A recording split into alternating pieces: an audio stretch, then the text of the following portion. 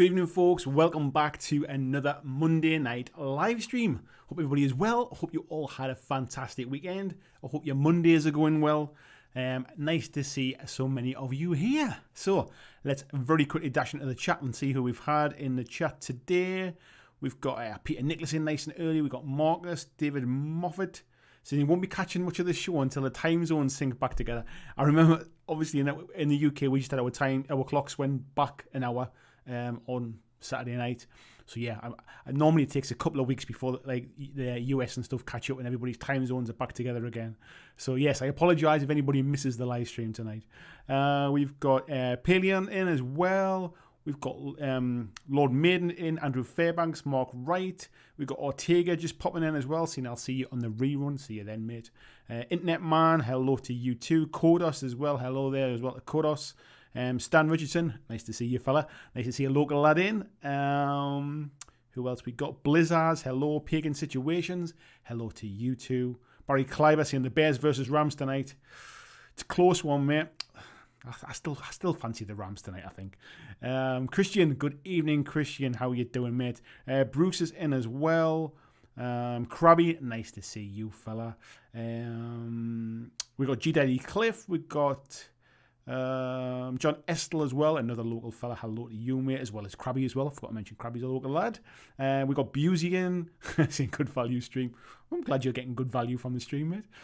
We got Jeffrey Higdon in as well. We got Palmsy, we got Glenn Griffin, got Derek Hodge, Glenn Seymour, Tony Booth Leiden. Hello to all of you. We've got Ryan in as well. We've also got Tony Howell. Hello, fella. How are you? Peter Stockdale. We've got Jason in as well. Yoakum, nice to see you, fella. Jacob says new start time. No, mate, just the time difference I was just mentioning about before. Phil Tolhurst, hello to you. Christopher Warden, Frantic is in as well. Krabby says the Monday night lively stream. I've got no idea how many folks we're gonna get tonight. I think the time difference always kind of screws it up a little bit as well. But tonight's subject, so we're talking tonight about like these new combat patrol boxes. And I'll be honest, when I decided to do the live stream about those tonight, I wasn't quite expecting quite so much controversy about them. And there certainly has been online today in many different groups I've seen. I think if I thought there was going to be kind of the polarising opinions, I probably wouldn't have talked about it, actually, if I'm honest. But as it is, that's what we're talking about, so we'll embrace it.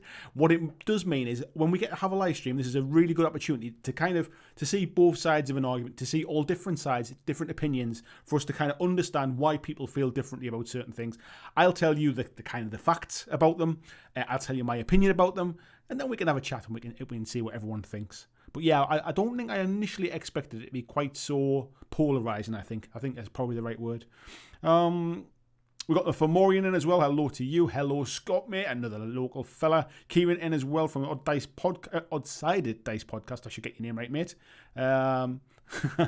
Pusey saying who in their right mind starts a stream at 10 p.m. UK time. Exactly, mate. Who would start then? Jimmy Newton says, good evening, folks, as well. Hello, Jamie. Tim Kelly, hello to you, fella. We've got Lord Maiden. Simon Morton, hello. Steve Evans, hello to you as well, mate. Chris Dawes, hello. We've got Miniature Painting. Tasty Brain Drain as well. He says his boss is out, so he's swamped. Be even more quiet than usual. You have to just listen, mate, and just get the thought waves, get them in, and let's see if we know what you're talking about. We've got Bjorn in as well. Hello, mate.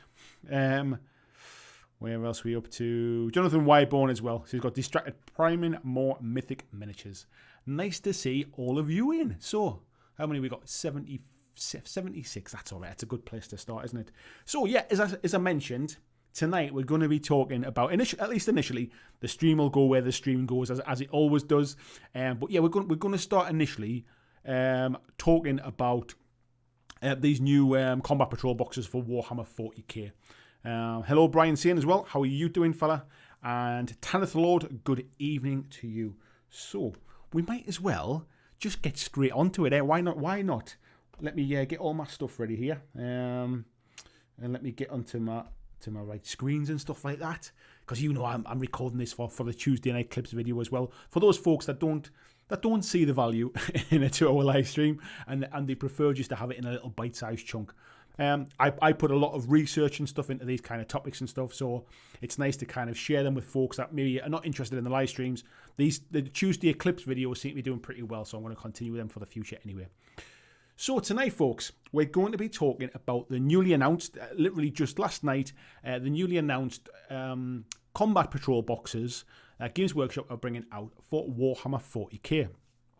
And initially, the first ones that they've showed us are the Space Wolves box, and there is one for Death Watch as well. And unsurprisingly, these are coinciding with the release of those two particular codexes. So the only codexes we've had so far have been the Space Marine one and the Necron one, and they've kind of coincided with all of the intro boxes and the Indomitus box and stuff. So I would imagine at some point down the line, we might see these kind of these Combat Patrol boxes for Space Marines and Necrons, but at the minute there are a number of other ways to actually get introduced to those particular factions. And yeah, as I kind of said in my pre-ramble there a little bit, I was quite surprised at some of the reaction that people have had to the introduction of these boxes. So what I did this morning was, obviously I found out the price this morning. The price of these boxes are going to be £85 in the UK. They are, if I can check my notes, they are €110 over on mainland Europe. And I've compared that to other things on the GW website, of which Alariel, the Everqueen for AOS, is £85 and €110. So if that price matching is correct, then obviously that would make it $138 in the US. I haven't compared it to the US prices, to the Australian prices. Sorry, I apologise for that. So that's how much they're going to be. People are obviously a bit kind of annoyed that it looks like start collecting boxes are going up in price. Most start collecting boxes are between about £50 and £60, depending upon which particular army that you're collecting for. So is it a price increase on start collecting, or is there a little bit more to it? Let's have a look at some of the facts. So if we start with the Space Wolves one. So what we've got here is this is the new Space Wolves Combat Patrol box. I've had a look at the points for this, and based upon I'm not much of a list builder when it comes to 40k, but using the basic basic point costs without going at any fine tuning of weapons and things like that, there's about 520 points in this box. I'm sure you'll be able to squeeze a bit more out when you start to put different weapons on and things. But in this box, there is a Primaris Invicta Tactical Warsuit, which retails for £37.50 at RRP. There is a box of Primaris Intercessors, which retail for £35. Now, there's one sprue of the Reavers, the Primaris Reavers. Now, there's a new thing coming out for Space Wolves. I forget the name now. Something Tooth or Hound, something they're called. And it is essentially basically just a box of Reavers with a Space Wolf upgrade kit. However, in this box, there's only 5. You normally get 10 in a box of Reavers. So what I've done is I've basically halved the price to try and see what the cost comparison is. So that's why it says £17.50. There's basically half a box of Reavers there. I've included 2 of the Space Wolves upgrade sprues because you will need one for the Primaris Intercessors and you need another one for the Reavers, which is what will be included in this box. So there's another £18. They're £9 each for those upgrade sprues. And then there's a Wolf Lord or basically some kind of captain, which is the Haldor Ice Pelt model that was originally in the Tooth and Claw set. And it was also available in the last Space Wolf start collecting box as well. I've said £20 basically because the other kind of champions, the other kind of HQ models are about £20. It may be a little bit more if it was to come out on its own. It may even be a little bit less. But £20 is where I've pitched that. So in total, that adds up to £128.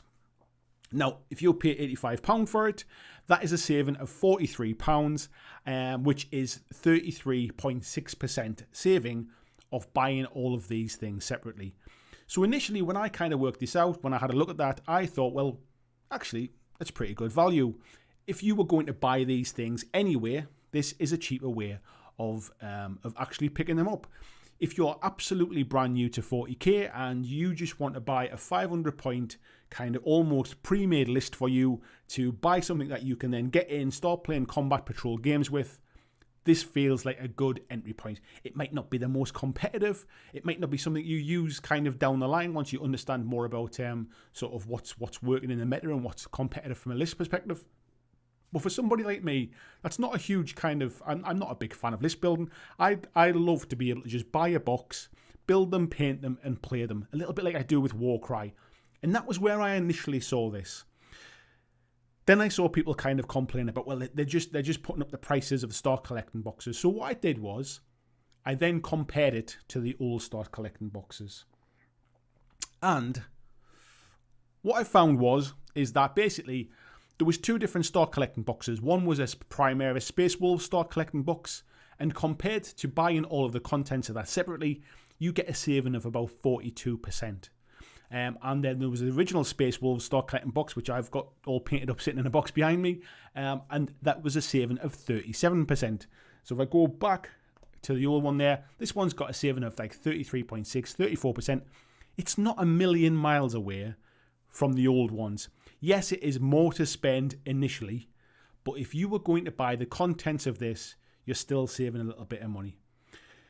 Now, there's been a number of things that people have talked about, and let me go back here. There's been a number of things that people have talked about sort of GW have priced me out, start collecting boxes are more expensive now, kids can't afford it, it's terrible value if you compare it to something like Dark Imperium.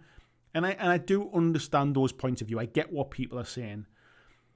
What I would counter that with is, if you are just dipping your toe in and you just want to try 40k, there are a number of different ways to do that. One is to buy the kind of, I forget what it's called now, but the cheapest of the three getting started boxes with the Space Marines and Necrons in. I think it's about £30 for the cheapest one.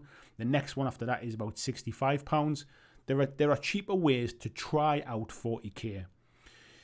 If you've moved on from that a little bit and you decide, I definitely want to play Space Wolves, I want to play them, this is not a bad way to basically to start a Space Wolves force. As I said, maybe not from a competitive point of view, but purely just to get the models on the table. You're getting an HQ in there, you're getting a couple of, is it a troop choice, and you're getting a couple of elites, I think it is. If you think that's a bit too much money to spend, then you can always just start by picking up individual unit boxes and kind of doing it that way. So there are a number of different ways to get into it. That was how I kind of saw it. But I do appreciate that people see the start collecting boxes. I think it's £60 for the Primaris one. It's £50 for the original Space Wolf one. And then obviously there's discounts online. So that normally brings it down to, what's that, about £48 or something for the £60 one. And I see there's some value in that. Whilst the savings are roughly kind of equal, I get the point that people are making, that there's a kind of lower cost entry point. From a Space Wolf point of view, I think it's decent value, and you're getting a 500 point army to just go in and start playing. When it comes to the Death Watch one, let me go to the new one here. So this is what you get in the new Death Watch one. There is a set of Primaris Aggressors, which are £30. There is, let me go to my notes here. There's a Death Watch Primaris Intercessor, which that particular set, if you buy it separately, is £43. And the reason it's more expensive is because it comes with a Death Watch upgrade kit, which are about £9 on their own. There's a Death Watch Primaris Apothecary, and I was surprised at this as well when I went back and checked it later, is £30 and 50p. And the reason is, there's a normal Primaris Apothecary, which is like £22. This one again comes with the upgrade sprue. And then there's a Primaris Lieutenant with a power sword, and you could use the Primaris Apothecary upgrade kit to basically upgrade the aggressors as well. So I think you get like 5 shoulder pads in there. There's 3 aggressors plus the Apothecary, so there's enough in there to upgrade them both. And the Primaris Lieutenant with a power sword, about 20 quid again. So in total, £123.50, a saving of £38.50. And this one is about 31% saving. So it's slightly less than the Space Marine one, but still over 30% saving if you were to buy them separately. Where it gets a little bit more complicated is if we go to the old... There was a Death Watch Star Collecting box, which I think was, if I remember correctly, was £60. However, points-wise, there was about 500 points in this one. And the reason there was about 500 points in it is that it's got a 10-man kill team, which you can build with some quite sort of heavy weapon options. You can build them as Terminators. you need to kind of understand the list building aspect a little bit more to be able to kind of understand the best way to build this kit, I would say. But it came with a watch captain for £17.50. It came with a 10-man kill team, which is £45, and it came with a venerable dreadnought as well, which is £35. So a total of £97.50. And again, the saving there is on the screen was 38%. So again, the difference in the saving isn't huge, but the jump up from £60 to £85, I do get that people are obviously surprised by that as an entry point into buying a new army.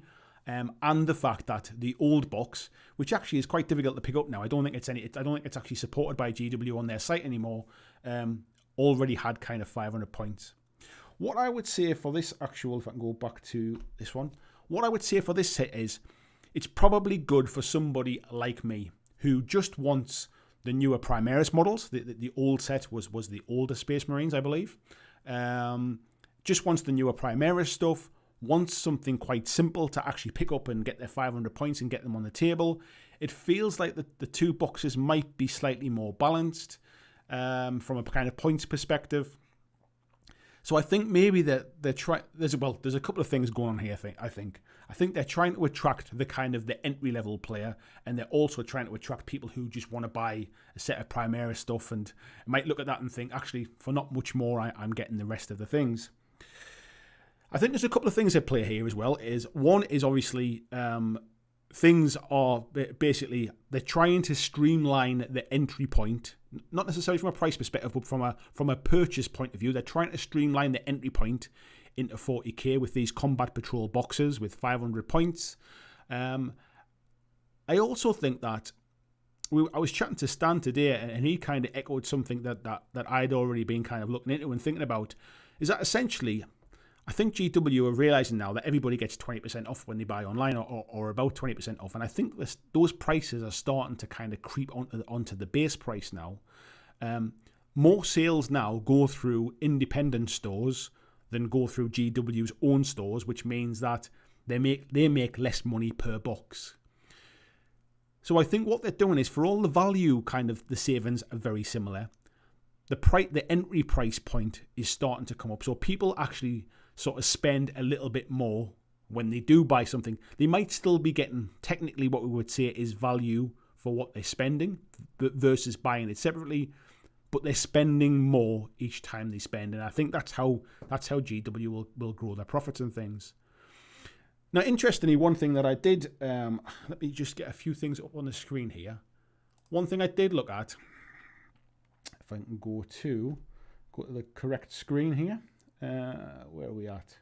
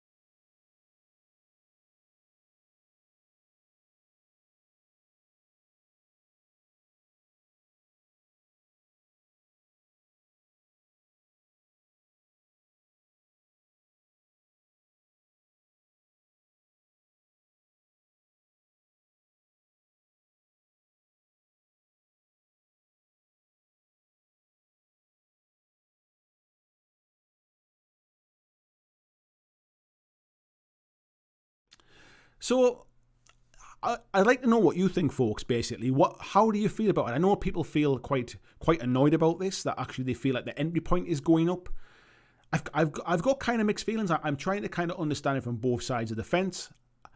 As somebody who would just like an accessible point to pick up a new army with a very straightforward way of getting started, I think it's a great thing. I think anywhere you can save money versus buying things separately can only be a good thing.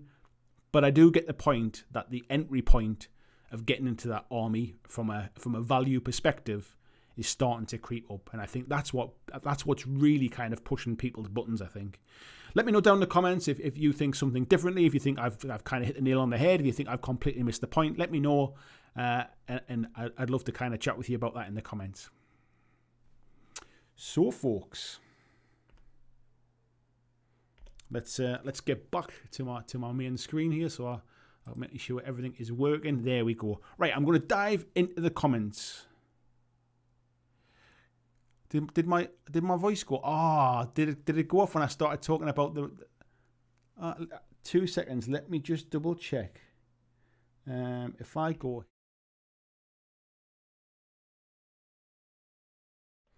Right, I know what that was. Hang on, I'll go back in and I'll talk about those bits again, right? Because I think what's happened is it hasn't copied over my microphone into my right monitor thing there. So if I copy that, bear with me a second. Right, you should be able to hear me now. There we go. Right, what I'm going to do is I'm going to go back then, and give me a second. I'll go back to here.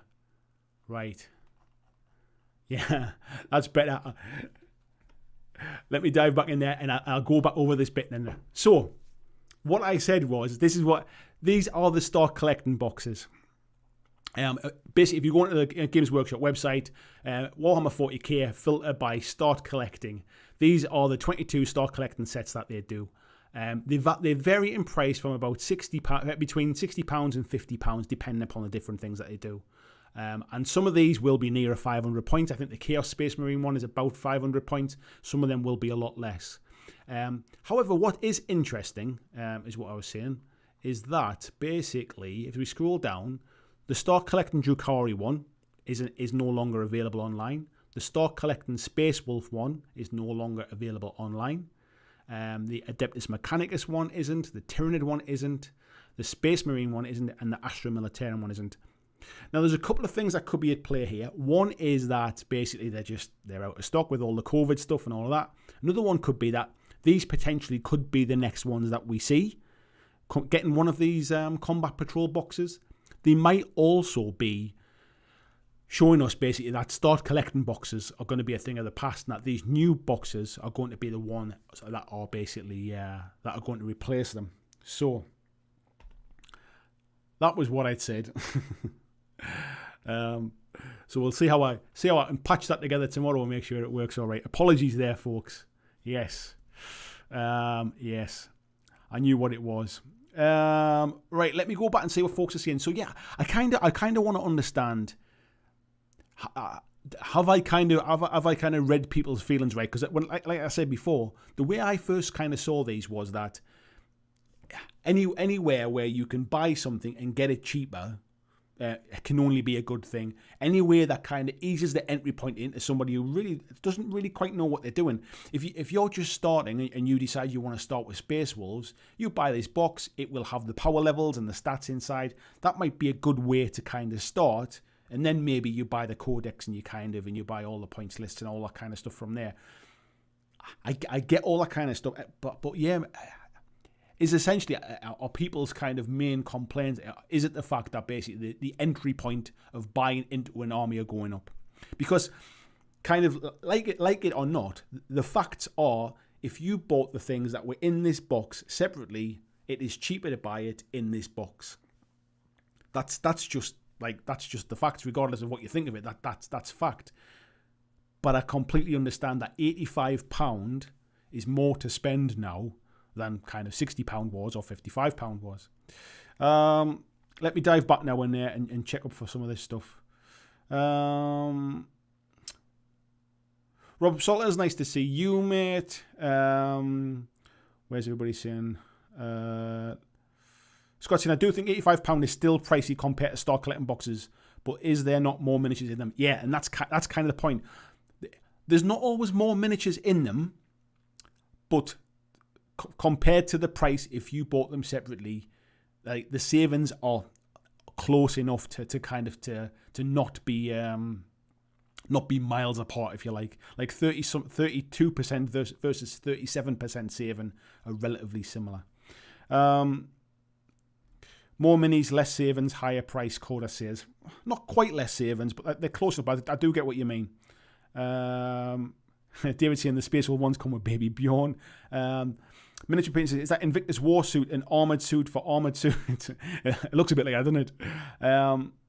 Marcus saying, start collecting boxes in America are normally £90 to £95. Yeah, so essentially kind of... What did I say the word again? They look like they're going to be $138 for these sets. Glenn saying, slightly off topic, but I feel like the Space Wolves really lost a lot of identity when they're using the Primaris miniatures. I kind of get that. But some of the lore behind the game, behind the space, the Primaris stuff and that as well, kind of explains some of that. I personally much prefer the Primaris Marines. I think I like the Space Wolves with that kind of whole Space Viking theme, but the more stuff you put on them, the kind of they look kind of a little bit too overly decorated. So I like the kind of a little bit more subtlety to them. But yeah, head swaps and stuff like that, I completely agree. They should have kind of head swaps and stuff. Vijay saying, just in from his run, not overly interested in Ghibli pricing, so I'll check out and pop back. Glyn saying, that reminds me of the Italian army in World War II, style over substance. The £43 saving looks good until you realise 17 plastic minis is £85. The thing is, you're saying there's no substance, but if people buy the contents of these boxes anyway, if you were going to buy some of the stuff, if you were going to, let's take the Space Wolves one for example, if you were going to buy a set of aggressors and a set of Primaris intercessors, you're going to be spending 73 quid anyway to pay full price for them. So, and then you'd have to buy the upgrade kits to turn them into Space Wolves. So there's another kind of, that's a Death Watch, sorry. If you're going to buy the intercessors, for £35, and you're going to buy, I don't know, let's just say that the war suit, £37.50, you're still spending 70 quid there anyway, and then you'd have to buy the upgrade kit. So you're almost there. So it's not that there's no substance in it. It might, the stuff inside might not be for everyone. I think people are just getting a bit hung up on the fact that £85 for like 15 miniatures or whatever sounds like a lot of money, and I completely get that. However, versus the price they honour, nobody is kind of boycotting buying intercessors now because they're £35. That's the bit I'm trying to kind of get to. Peter Maxine doesn't think the price is bad for Space Vikings. They should be more expensive, as your tiers will make them fight better. Krabby says he thinks the pricing's fine, but I won't buy direct, so £69 is good, all things considered. I agree, and like I said at the end of that patch, really, I think that Games Workshop are almost factoring that in these days as well. So I do appreciate. I think prices are starting to creep up. Christian saying it's a good starting point to get playing straight away. 50 quid boxes may be better value, but you'd struggle to find a 500 point army with them. Yeah, I kind of agree. I mean, there are some boxes that are 500 points or closer to 500 points, but in general, like for example, the Space Wolf ones, I think the old boxes were the original one with the Thunderwolves in is about like 375 points. By the time you spend £50 on that, you'd still have to buy something else to take it up to the 500 points, and you've got the older Marines unless that's really what you wanted anyway. Pomsey's saying there thinks 85 quid's fine, but doesn't know what in euros. Yeah, 110 it is. Scott saying Space Wolves should be firstborn. You're getting caught up now in the lore of a made up world. Like history is for changing, isn't it? That's just it's they have to, if they don't change anything in these kind of in the backgrounds of these things, then basically they can't move forward. Basically, you just end up just having the same conversations. So I'm fine with all that kind of stuff. Andrew Fairbanks says, isn't worth the price. For the same price I can buy the Elite and Recruit editions. Right, okay, I get that. However, those intro sets like Recruit and the Elite stuff are intentionally priced very, very competitively because they are the entry points into the game. It's the same with the AOS stuff as well. Those initial entry points are priced a lot lower. They do they do contain the kind of push fit stuff as well, more predominantly. And I understand that as a comparison, they look a little bit off. But if you want to play Space Wolves, or if you want to play Death Guard, or whatever else boxes come out, then that's not the way in, is it, for you? That's kind of that's wasted money. You end up having to sell stuff off and things, I guess. Michael saying the only army still buying is a Legion of Damned. Yeah, not many of them about, mate, is it? Krabby saying new Xbox is 450 quid with games for 60 quid. Xbox Live's 40 quid. A Game Pass 40 quid. Yeah, kids don't seem to have an issue getting started. To be honest, more and more, I don't see these games as games for kids kind of thing. In the same way, really, video games are not really affordable kind of pocket money things. Even at 40, 50 quid a game, it's not really pocket money. Like, not unless kind of sort of young kids are getting 50 quid pocket money these days. But I don't remember wargaming being pocket money for me when I was a kid. Like I used to go shopping with my friends. I'd be lucky if I could like kind of save up and afford one miniature. I certainly couldn't be buying paints and stuff. I couldn't be buying box sets or starter sets and stuff. They were a Christmas present. They were like something to save up for or for birthdays. So I think relatively, I'm not sure things have really got like that much kind of out of kilter in general. The Duty Gaming saying, is it actually affordable, or is this box 150 like new Gargants? I can't really compare it. We talked about value and stuff last week and things, and it's not really comparable. It's if it's something you want and it's something you can afford and you think that it's value to you, then that's fine. Everybody has their money and they spend it on what they want. I wasn't kind of trying to come at this from any kind of controversial way. I was just trying to say that actually, comparatively speaking, you're saving money buying versus buying the bit separately, and points-wise, it's a great way to get 500 points and just get them on the table and play games if you're just getting started. If you're somebody that's into the competitive side, or you've been into 40k for years, or you're really into the list building side of things, these are probably not the way for you to kind of get into the game. You probably know exactly the units you want to buy, but for somebody like me, basically just wanting to kind of start a new army or something, or somebody who just wants to pick up a starting army and just play, I think they're a great way in. I kind of see these a little bit like how I saw Kill Team, basically as a way to pick up 500 points of one army, 500 points of a different army, just to build something different, paint something different, have lots of smaller armies rather than having 2,000 points of one big army. I see it as just a different entry point. I will play 40k at 500 points because for me that fits with the amount of stuff I want to paint and the amount of time I have to play. So I think 40k has lots of different kind of people who play the game, and not everybody is at the competitive end of 2,000 points every single time.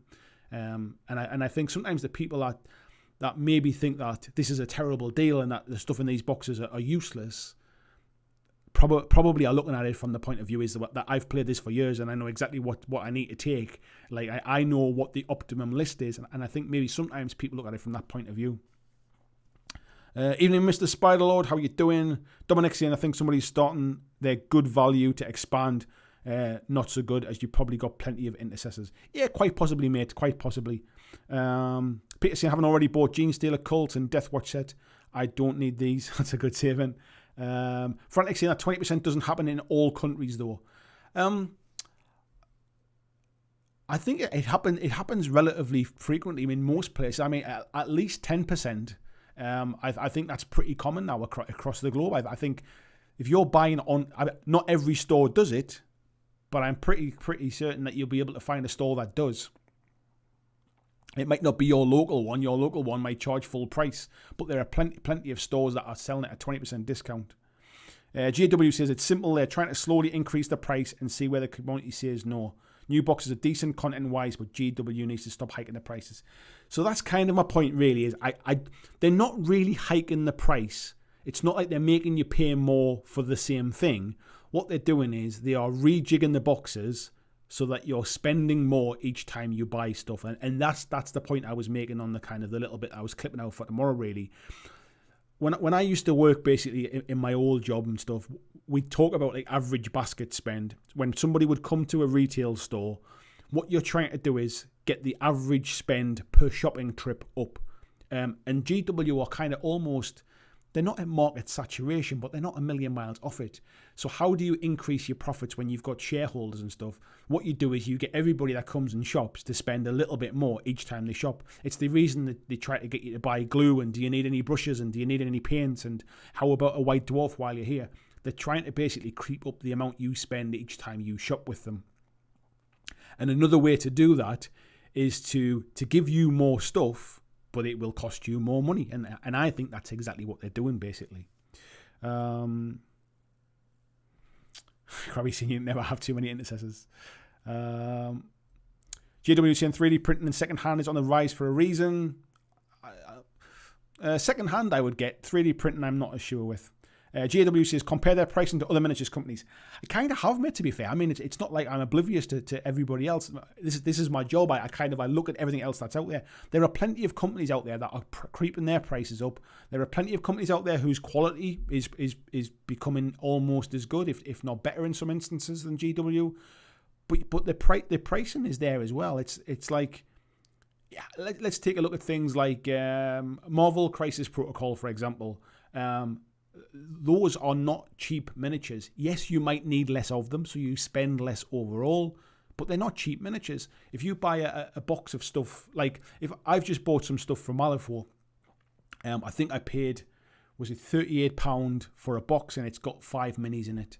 And yes, I might only need 5 or 6 minis to play the game, but I've paid £38 for 5 models. Like, even when we say intercessors are expensive, there's 10 models in there for like £35. So it depends upon where you see the value. I think it's the fact that you need a lot of models for 40k and for AOX that people see it as more expensive. But I think if you look comparatively, yes, there's going to be companies that sell kind of 50 models for 20 quid and stuff like that. You're going to see that in all sorts of different things.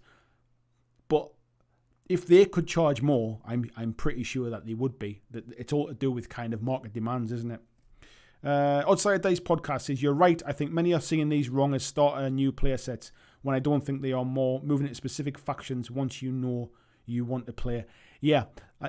So it basically like when I first started playing, I would just, if I was wanting to start a new army, I'd pick up one unit that I like the look of and kind of buy it and paint it up and see if I enjoyed painting it and maybe do a little bit more research. I don't have enough knowledge about that army to kind of necessarily dive in and spend £300 or £400 in one go, regardless of whether I can afford it or not. I see these almost as the people that know they want to take Space Wolves, for example, but maybe just want to buy something.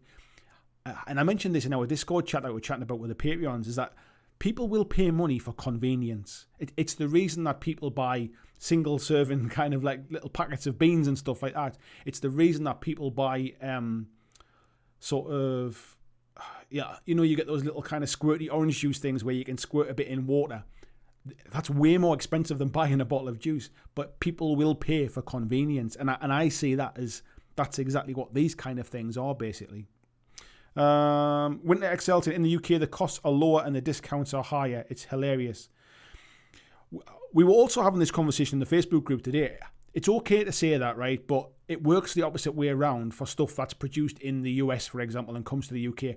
We pay a lot more money for Fantasy Flight game stuff when it comes to the UK than it is sold for in the US. We pay more for Apple products. We pay more for Microsoft products. It's just because we're talking about Games Workshop here and it's made in the UK and shipped to the US, for example. But this is just like it's an economic thing. It's like wherever it's produced, it's going to be cheaper to be sold in that particular region. So it's not limited to this.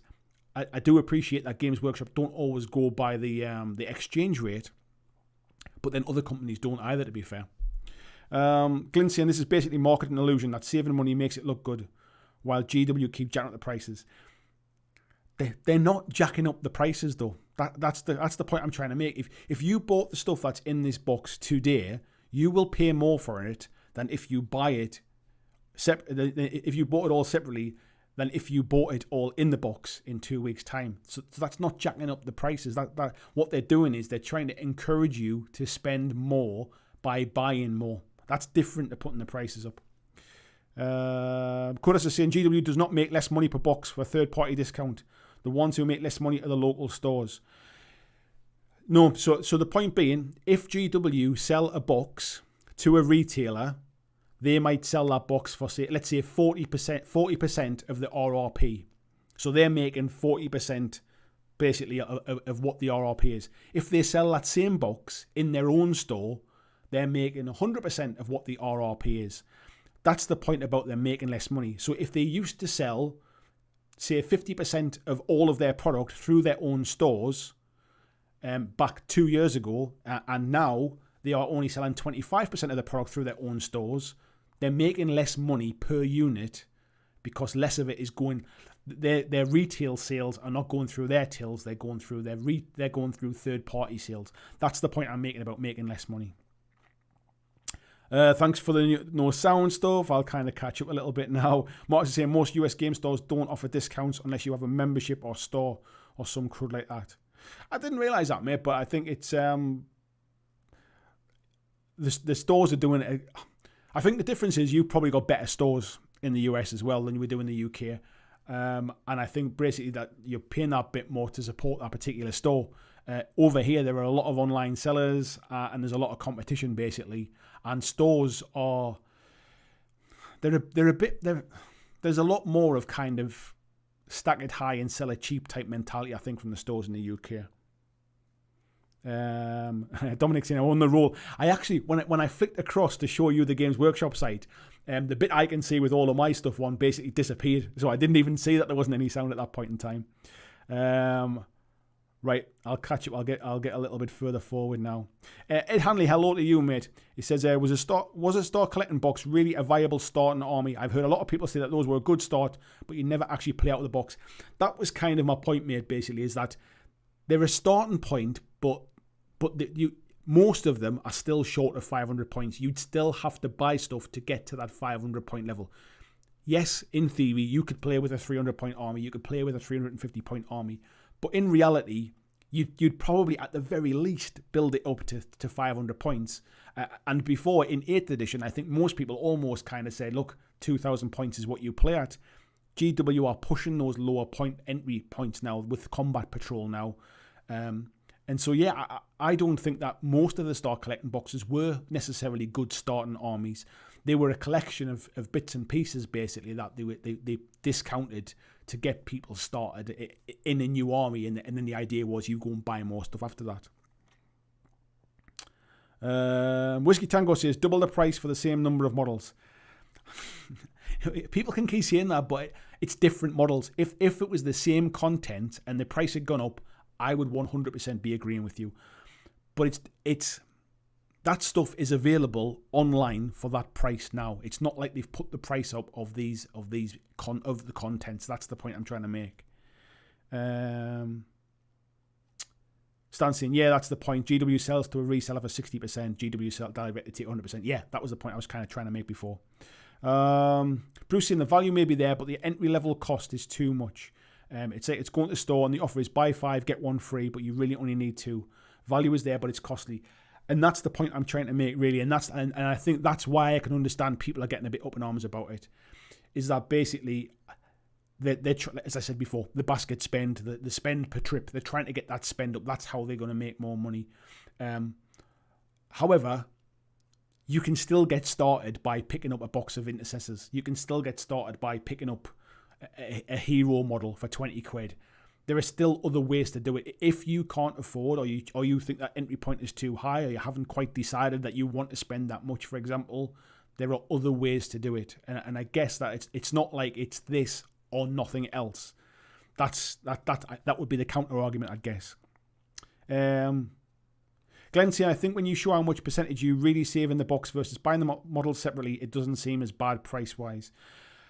And I think that's the point I was trying to make really at the start is that the star collecting boxes have always been great value. I think everybody appreciates that, and that these boxes are still good value versus the price of the contents. It's just that the price of the contents is more expensive. Busey saying £85 good value, €110 not so much. Hopefully the pound drops a little more and it evens out. It'll make absolutely no difference, mate. The pound can go up, the pound can go down.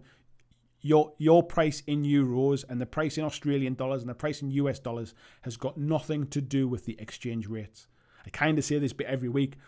GW set their own exchange rate, basically. And the reason they do that is to protect themselves about interest rates going up and down and fluctuating, because you can lose a lot of money if you set it versus an interest rate that's quite close to reality and something changes. You can lose a lot of money overnight when that swings, and you'd have to keep putting your prices up and dropping your prices down and putting your prices up. So what they do is they set this kind of arbitrary internal exchange rate, and it'll have other things factored into it, like shipping abroad and all of that kind of stuff as well. But yeah, it won't change if the pound drops or the pound raises or whatever it is.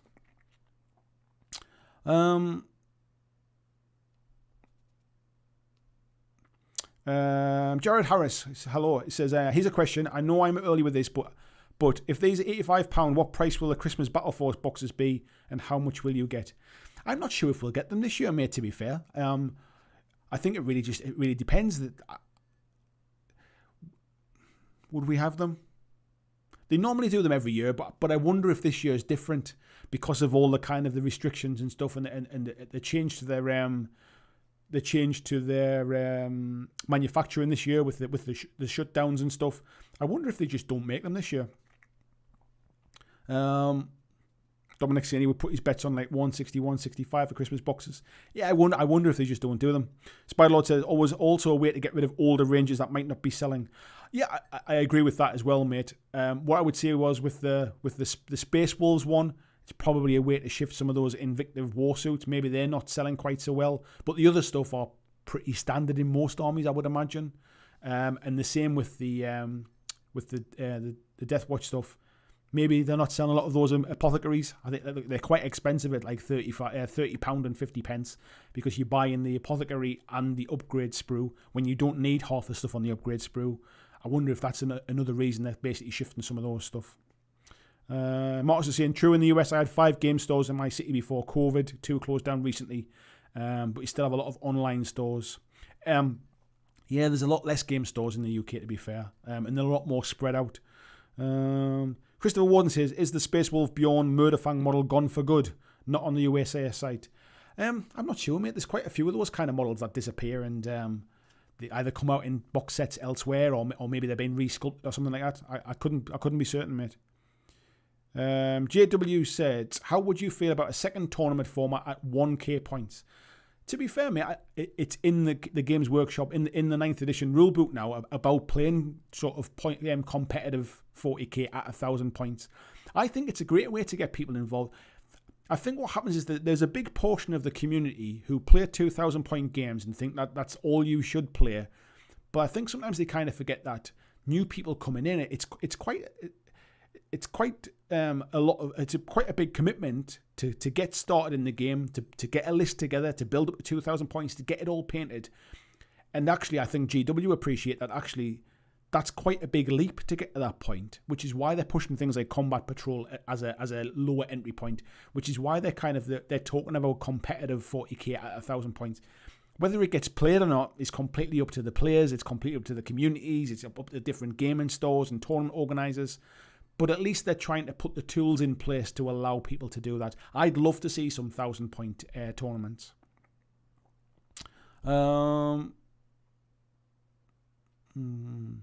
Barry's saying the couple of game stores around Chicago don't have discounted prices, but they have their own frequent customer punch cards, which usually work out over time to get 10 or 15% discount.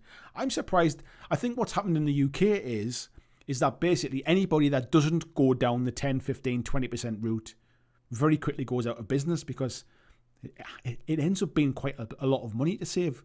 Like, it still surprises me that so many people buy direct from GW. And that can only be a pure loyalty thing, or they think that they buy direct from GW because they play in a GW store, or they buy direct from GW because they think they're going to get better service, or they're going to get it earlier, or it's going to guarantee that they can buy something. But I'm still surprised as much goes through them stores. Certainly people buying online from GW surprises me. Where are we up to? Let's talk board games. And yeah, in the US get the last laugh when the rest of the world wants a Ford truck. Yeah, it balances itself out. It's just unfortunate on GW stuff, the rest of the world take a bit of a screwing. when it comes to kind of everything else, we manufacture pretty much nothing else in the UK. So we get screwed the other way around for pretty much everything else. Christian sharing the links there for the t-shirts and the hoodies. Thank you very much, mate. You can get yourself a t-shirt like this or many other different designs as well. Luke says, sorry for being late. It does up on the sofa. No worries, mate. Hope your back's all right, mate. Peter says, we'd love a Ford pickup. I would love a Ford pickup. I've always fancied like kind of like a pickup truck type thing. Problem is that just there's not much use for them in the UK. Busey saying Christmas is likely cancelled this year, so treat yourself. There you go, mate. Moonlight 1985 says, I was going to start a Space Wolves team, but I seen a box set now. I'm just meh. What were you going? I think this is a legitimate question. Then, what were you going to buy that isn't in that box set? Because I'm assuming you were probably going to buy Primaris Intercessors at some point. The new Reaver stuff are getting like a new name for the Space Wolves. So I'm assuming when we see the codexes come out next weekend, I'm assuming that we'll see more information about. They'll probably be quite handy, no doubt. That's why they're trying to shift them and stuff. Yeah, like I can only imagine Space Wolf armies is that like Intercessors and stuff are the backbone of most armies. So I'm surprised that you kind of look at them and just go, meh. Because I would imagine most people will buy that kind of stuff anyway. JW says, I'm trying to finish these 3 armies and get a rule book every now and then. Okay, right, so here's a different question then. You're trying to finish 3 armies at the same time and get a rule book. Is this where people get bogged down? Is this where people say, I can't keep up with GW, I can't keep up with the release schedule and all that kind of stuff? Is it because we all try and spread ourselves too thin? We all want to buy every army that comes out. We want to buy every model that comes out. We think we want to buy every codex that comes out for all the different armies we think we're going to see at some point. I feel that with GW and maybe 40k actually, more than most other games, more than any other game, I feel that people seem to want to chase everything rather than just focusing on their army. I seem to hear that a lot more.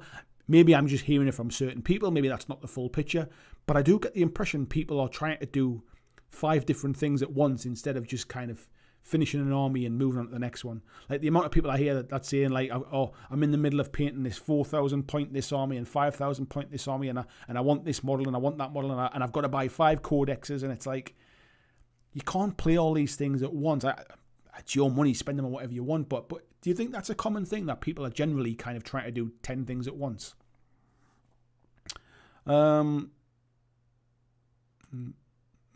we up to?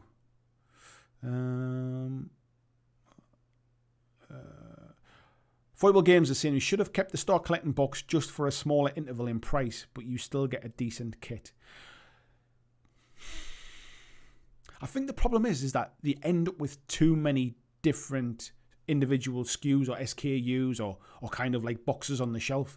There's only so much kind of shelf space. So if they're trying to shift people to spend a little bit more money, I'm not surprised this makes way for that would make way for that one. But yeah, I get what you're saying. What I would say is that these sets have been around for quite some time, these Start Collecting boxes. And if there's anybody that really wants one and hasn't picked one up by now, I would maybe question why you haven't got it yet. But they are still available now to pick up. So, for example, the Death Watch one, as an example, hasn't been on the GW side for some time. There's a few online retailers have them, which are basically like leftover stock. But GW haven't had that box for some time now. Hodginder's saying a lot of the boxes have gone missing. I think they are repackaging their boxes with new Warhammer logo and branding. Yeah, quite possibly. But I think it's no surprise that the Space Wolf one isn't there now. Yeah.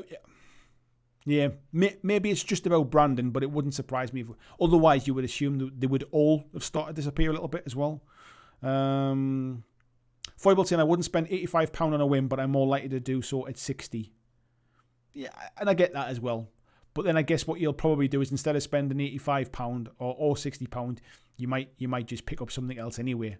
Or in the long run, you might end up spending more money, I guess. Dominic saying good thing about them is that they won't be mono pose. There is that as well, mate, yeah. Glenn saying, what's your view on 9th edition, Andy? Have you got any games in or picked any of the new stuff up for it? I've not managed to get any games in, mate, because lockdown and stuff like that since it launched. I've not had any games of anything, really, to be fair. I did get the Indomitus set. I'm kind of finishing off my my Ultramarines, and I like the look of the Necron stuff as well, so I've been painting that up and finishing off my Necron army. But yeah, to be fair, I've not managed to get any games, and I've not managed to get any games in of anything at the minute. Everything's from kind of theory, basically, and reading rules and stuff. Phil says, have to admit, I bought Star Collecting Vanguard on a whim. I think it'd be a bit harder at £85. Yeah, I wouldn't disagree with that. But I guess they must have looked into all this stuff. How many people buy on a whim versus how many people will pick them up regardless. Phil saying, I bet people buy direct from GW because they don't do their homework. And then if that's the case, mate, then a lot of what we talk about is probably irrelevant. I still think a lot of people who buy GW stuff are not like kind of hardened gamers who know the ins and outs of the rules. They are people that kind of just pick stuff up, like you say, maybe on a whim. They're people that just like to do the modelling. That's how I started, purely just to model and paint the stuff. Blizzard is saying the only thing I buy direct from GW is the stuff that's exclusive to their site. And even that now, I think there's certain stores can buy that stuff now. Jared says, I'll be honest, I buy direct from GW, but I play it in store and the manager always looks after me and is a mate. Yeah, I think if you play in store, and that can be if it's an independent store or you're playing a GW store, I completely get that you kind of have to support the place where you play. If you don't, then that store probably won't be there when you want to play some games in the future. So I do get that. However, I don't think, even if I was playing in GW stores, I don't think I'd be buying every single thing from them at full price when it's the same product. I'm just, I'm going to get it a little bit cheaper. I don't know if I'd buy every single thing through them. Marcus is saying most common point games I see at a store is 1,500 to 2.5. Yeah, I think that's driven historically by the community and by the competitive community for GW and for 40k. I think they're actively trying to do something about bringing that entry point down, because I can see, never mind £85 for a box set being a barrier, I can see the idea of, well, I'm going to have to spend £500 to even play my first games being a barrier, to be fair. John says a Ford pickup tricked out to have a gaming table on the flatbed. Another $1 million idea. If I ever hit the big time, mate, who knows? Glinton still listening in case you drop in the chat. Nice to see you, Glenn. Christopher Warden, if I jump there, saying the FLGSI buy from I get 20% off, no sales tax and free shipping. So there are offers out there, mate. Bobby Clark, hello, fella. He says, I've had to buy my Adeptus Sororitas army without having any Star Collecting box. An 85 box of them would have helped me out greatly. There is that, mate, as well. Not everybody's got that entry point, have they? Not every army, I should say. JW says, you misunderstood me. I have 3 armies I like and I want to finish them up before the price rises more. No, I don't think I misunderstood you, mate. You've basically got 3 armies, is the point I'm making. Like, rather than having one, and you're saying you want to finish them, which suggests that you've got more than one project on the go that's not finished. That's kind of my point about, is there a huge portion of kind of the wargaming community that are constantly trying to kind of manage 3 different armies on the go. So, for example, the amount of people that bought up the Indomitus set all of a sudden now have 2 armies. How many people picks up the likes of like the Tooth and Claw set and all of those Shadow Spear sets and end up with 2 armies that they then start going off and trying to build on those 2 armies. I think there are a lot of people who basically just have multiple projects on the go and never quite get to the end of any of them, and then probably get sick of them, so start a different army again. Scott says, I wouldn't buy either of the Combat Patrol boxes because I prefer the look of the Firstborn miniatures. Primaris just look boring and have no character. I personally disagree, mate, but that's why it's nice that there's different stuff for other people. I'm not a huge fan of the old Marines. I've got that Star Collecting Space Marine box, Space Wolf box, sorry, and I've also got all of the Dark Imperium Space Marines. I much prefer the Dark Imperium Primaris ones. They just look more. They look more realistic to me. The old ones have always looked a little bit kind of stumpy. And in my head, from reading the books about what a Space Marine looks like, they just never looked kind of big and imposing enough. So that's different horses for different courses, mate. JW saying Tau, White Scars, and World Eaters. Yeah, so not a lot of crossover either. It's not like you've bought like lots of different like Marines or anything like that. Luke says, sorry for his ignorance, but after the buzz of Indomitus and 9th hype, I really don't see why these boxes have slightly derailed the hype train. Aren't they a good deal? What am I missing? That's kind of what I was coming from at the start of this, mate. To be fair, was I was only really talking about this because I thought it was a good idea to have combat patrol boxes that were an easily accessible entry point into playing 40k. That was my initial opinion when I saw them. And then as the days gone on and more people have been up in arms about it, that's what I've tried to understand basically. Why do people see it differently? And I think from what I can understand, the biggest kind of bone of contention is that the price of buying and I see in inverted commas, stock collecting box has gone up. And I think people feel like they're getting less for their money. When in reality, there's still a saving over buying the content separately. But I think I kind of understand why. I don't necessarily agree with everybody's points, but I can kind of see where they're coming from. Stan saying he fancies the Wolves box for his Salamander's army. Keep the HQ, the Intercessors, and the suit. Sell on the upgrade sprues and use the Reavers for paint testing. And JW saying he's got about 700 points on each. There you go then, mate. So you are kind of midway through a lot of different armies then, or through 3. Just Kev's in as well, saying, hey team, hope you're all well. Hope you're well too, Just Kev. Jared saying his problem is self-restraint. I've got over 7,000 points of Ultramarines painted. At least another 3,000 including stairs to paint before I consider it completed. Don't be me. I think that's a common thing, mate, and it's not a bad thing. Like it's not. I'm not criticizing anybody for doing it. I think a lot of people have this sort of almost Pokemon got to catch 'em all mentality type thing, especially when it comes to 40k. And I feel people saying like, I can't keep up. I'm getting priced out. There's no way I can afford to buy all this stuff. And then I would say it back as a counter argument. But why do you feel like you need to buy all of this stuff? Why don't you just buy one bit and kind of work on that bit and then buy something else later? I think people feel like it'll not be there when I want it, kind of thing. And I get that from some of the limited stuff, but I can't always agree that you need to buy everything when it comes out. Life's just not like that. Sometimes you just got to let some things go, unfortunately. Peter saying, even in BlackJack and the Rhinos, hello mate. Lord said, I heard that people do multiple armies and I've seen someone do that, but then they go and try to sell it. A lot of people do, mate. They basically get fed up.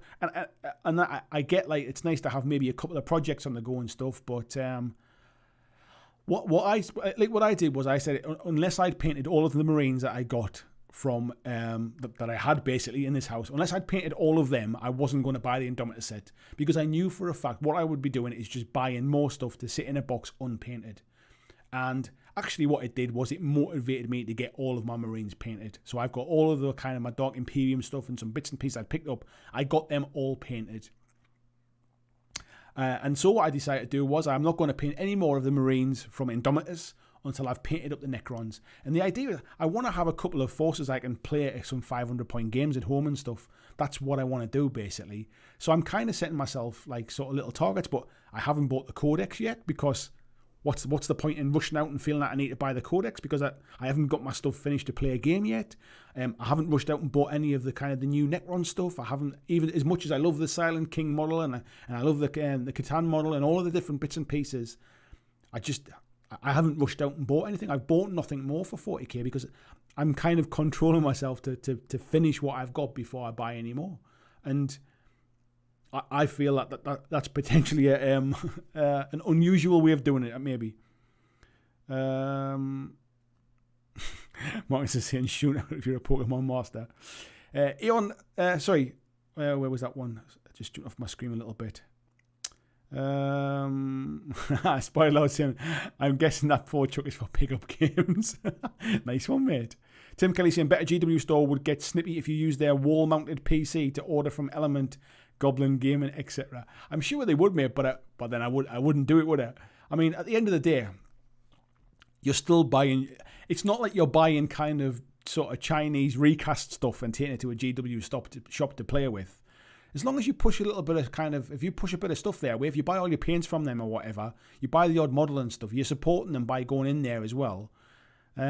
You're probably going in there and encouraging other people to play as well. So I personally for me, I just think that it's a lot of money to spend just to kind of, how can I put it? Showing support's one thing, but if I was going to show support, I'd rather show support to a small independent store that needs the help. GW are not in any kind of danger of going out of business anytime soon. Where was this one? Scott says, on the road with BlackJack mobile wargaming, driving around challenging wargamers. I think I'd probably have to get like some kind of like transit truck or something instead, mate. That might be a better thing. Scott's got 3 armies on the go as well. Andrew's chatting to Luke. Moonlight says, the GW shop and game shop where I live, the game shop does a deal where you spend so much overtime and they give you 25 euros off your next purchase. Yeah, like I was going to say before when you were talking about the US store, I think might have been Barry was saying about the US store that gives you kind of like discount after you've spent so much, if you like. I was going to say I'm surprised more shops in the UK don't do that to try and get some kind of loyalty bonus. However, I think that the UK pricing is essentially kind of just out of control now. I think that basically if you don't discount your products, especially GW stuff, if you don't discount your GW products, you may as well not bother. You'll sell very, very little. Like I know a lot of stores who charge full price in the store and have a cheaper price online because they know that people who buy stuff in store is kind of an impulse purchase, or I'll just get it while I'm here. I don't really want to wait for delivery type thing. And yet they discounted it on their web store. There's a few stores that do that kind of stuff. Christian, thank you very much for sharing the link there as well. Combat Patrol boxes for the Goblin Gaming link. Thank you very much for sharing that, Christian. And thank you to anybody that's been shopping there. There was a few sales went through this weekend as well with people picking up kind of, I'm assuming, kind of from the pricing, Warcry Catacombs and that kind of stuff. So thank you every single person that supports through that link as well. Thank you. Scott says, yeah, Primaries are all the same miniature, just different colour armour. Whereas Firstborn, the armour style is different for each chapter. It took a long time to be different for each chapter though, mate, to be fair. And I think at some point, that's why Games Workshop are bringing out these what they called the add-on sprues, like just to add stuff to them and things.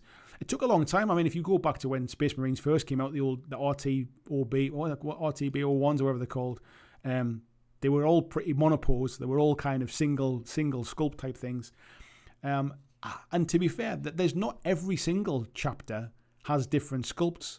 So, for example, Imperial Fists don't have any different sculpts. Dark Angels do. Space Wolves kind of do. Death Guard did. Blood Angels had some different ones as well. But very few had kind of like a big range of different stuff. Where are we on to here? Chris was saying he's got supplies for making 10 different armies. We've all got supplies for 10 different armies, that's for sure. EOD910 says, I love the Death Guard, but I did not want to buy 2-player boxes and have a bunch of Space Marines I don't want. I will buy a Death Guard Combat Patrol box. There is that point as well, mate, yeah, because it's good value. Like, for example, you can spend £125 and buy a big box with loads of stuff in it, but if you don't want half of it, you're probably going to have to, you can potentially sell it on and stuff like that, but then that's another thing as well. You might be able to go halves with a mate or split a box or that kind of stuff. But I guess you could do that with any box. Mark's saying, really hope for start collecting box for Harlequins, but since they only have 7 models, I don't think it'll happen. Yeah, probably not, mate. G. Cliff said, or he did before I jumped off the top of my screen there, if I can go back and find it. Since I'm just getting a Death Guard, I hope there'll be one of these boxes. I would like to have purchased Dark Imperium, but I really wasn't into 40k yet. Death Guard half is more than these on eBay. Yeah, and because they're not available now, that the price of those has crept up. I noticed that today as well. I was looking to try and remember how much I paid for Dark Imperium box, and yeah, I was surprised just how much they've crept up online. Bearing in mind, it's only recently they were still available. Krabby saying, I do love the smell of a good GW debate in the evening. Sometimes I do, sometimes I don't. Jed Harris says, to be honest, I found it helpful to sometimes skip a release for a while, and I've had some of my Warcry gear commission painted I wouldn't get round to. I think it's key, mate. I think sometimes you do have to just skip them, unless it's something you really like you see it and you think, I absolutely really want that. You don't need to keep up with everything. I know people do. There's definitely a feeling that people tell me that they feel the need to keep up with stuff, and personally, I mean, it took me a long time to kind of get over the need of like, oh, well, I really like that and I really like that. It took me a long time to kind of be a bit more selective about what I spent my money on. But yeah, not having any money to spend on it is a way to do that. So when I kind of sort of left my old job and started to do this full time, my disposable income was dramatically reduced, and that's why I have to pick and choose where I spend my hobby money now. Maybe it's one of the reasons that I don't feel the need to kind of to chase the GW stuff. Dominic's in, always buy a big box and sell or trade what I don't want. With Primaris, you'll find somebody that wants them. Yeah, I think that's a fair point. If you've got like a local gaming community or something like that, or you're quite happy selling stuff on eBay and things, it's not a bad way to do it. Spylord says, confession, I don't buy codexes anymore. Yeah, I know for a fact that if I buy a codex now, chances are by the time I'm ready to start playing, there's probably going to be there'll be a replacement out or something like that. So I'll buy it when I need it, really.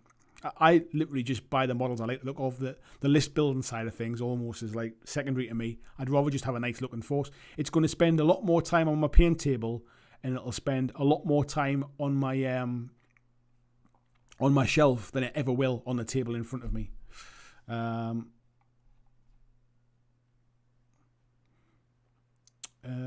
was that? Nick, thank you very much. Just donated there. I'm assuming it'll pop up on the screen. And there it is, any minute now. Says, thanks for your videos for the world's lockdown, mate. You really motivate me to get my Tyranids and Grey Knights done. Thank you very much, mate. Much appreciated. Yeah, and I'm going to be here continuing to do all my different videos every week as well. So if you're not already subscribed, folks, thank you very much. Please do click the subscribe button. While I remember, I did just click over 9,000 subscribers at the weekend, which is a nice little kind of milestone. 10,000 subscribers has always been my kind of my goal. I know it's out of my control. I can't make people subscribe to the channel. I figure as long as I just keep producing content, at some point it will build up and I'll get to 10,000.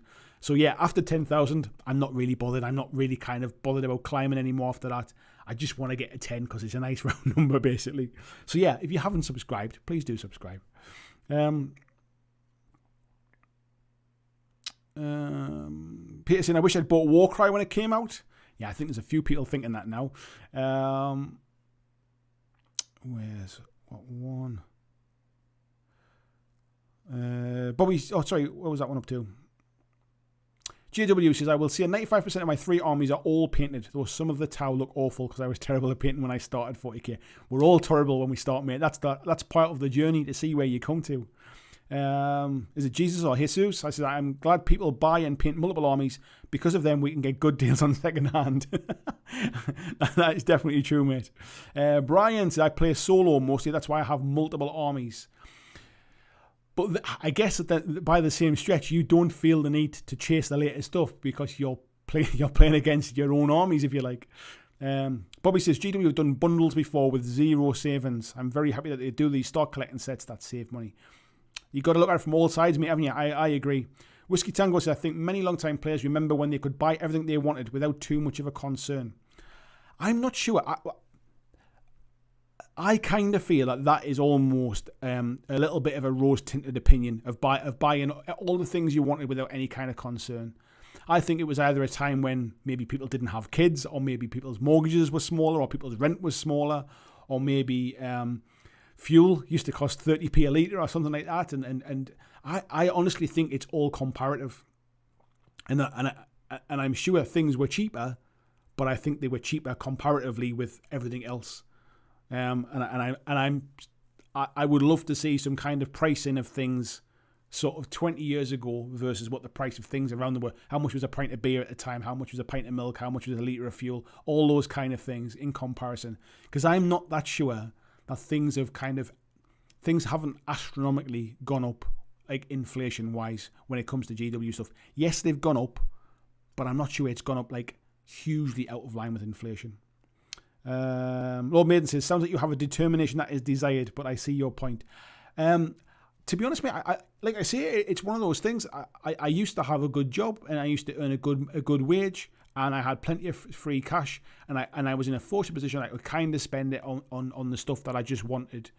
And I probably wasted a lot of money on loads of stuff over the years that I just never ever got round to. And I don't know whether you saw, I made a video a while ago about how I didn't buy any hobby stuff for 6 months. And the reason I did that was because I was saving up to be able to do this full time. And I needed to create a cash buffer that when I left my old job, I had enough money to tie me over. So I didn't spend any kind of spending money on hobby stuff for 6 months. And it almost kind of reprogrammed how I thought about stuff. I looked at the stuff I'd already bought and I sold some of it off, and I started using stuff that I bought and just put on shelves. And now I don't earn anywhere near I don't even earn anywhere near minimum wage at the minute.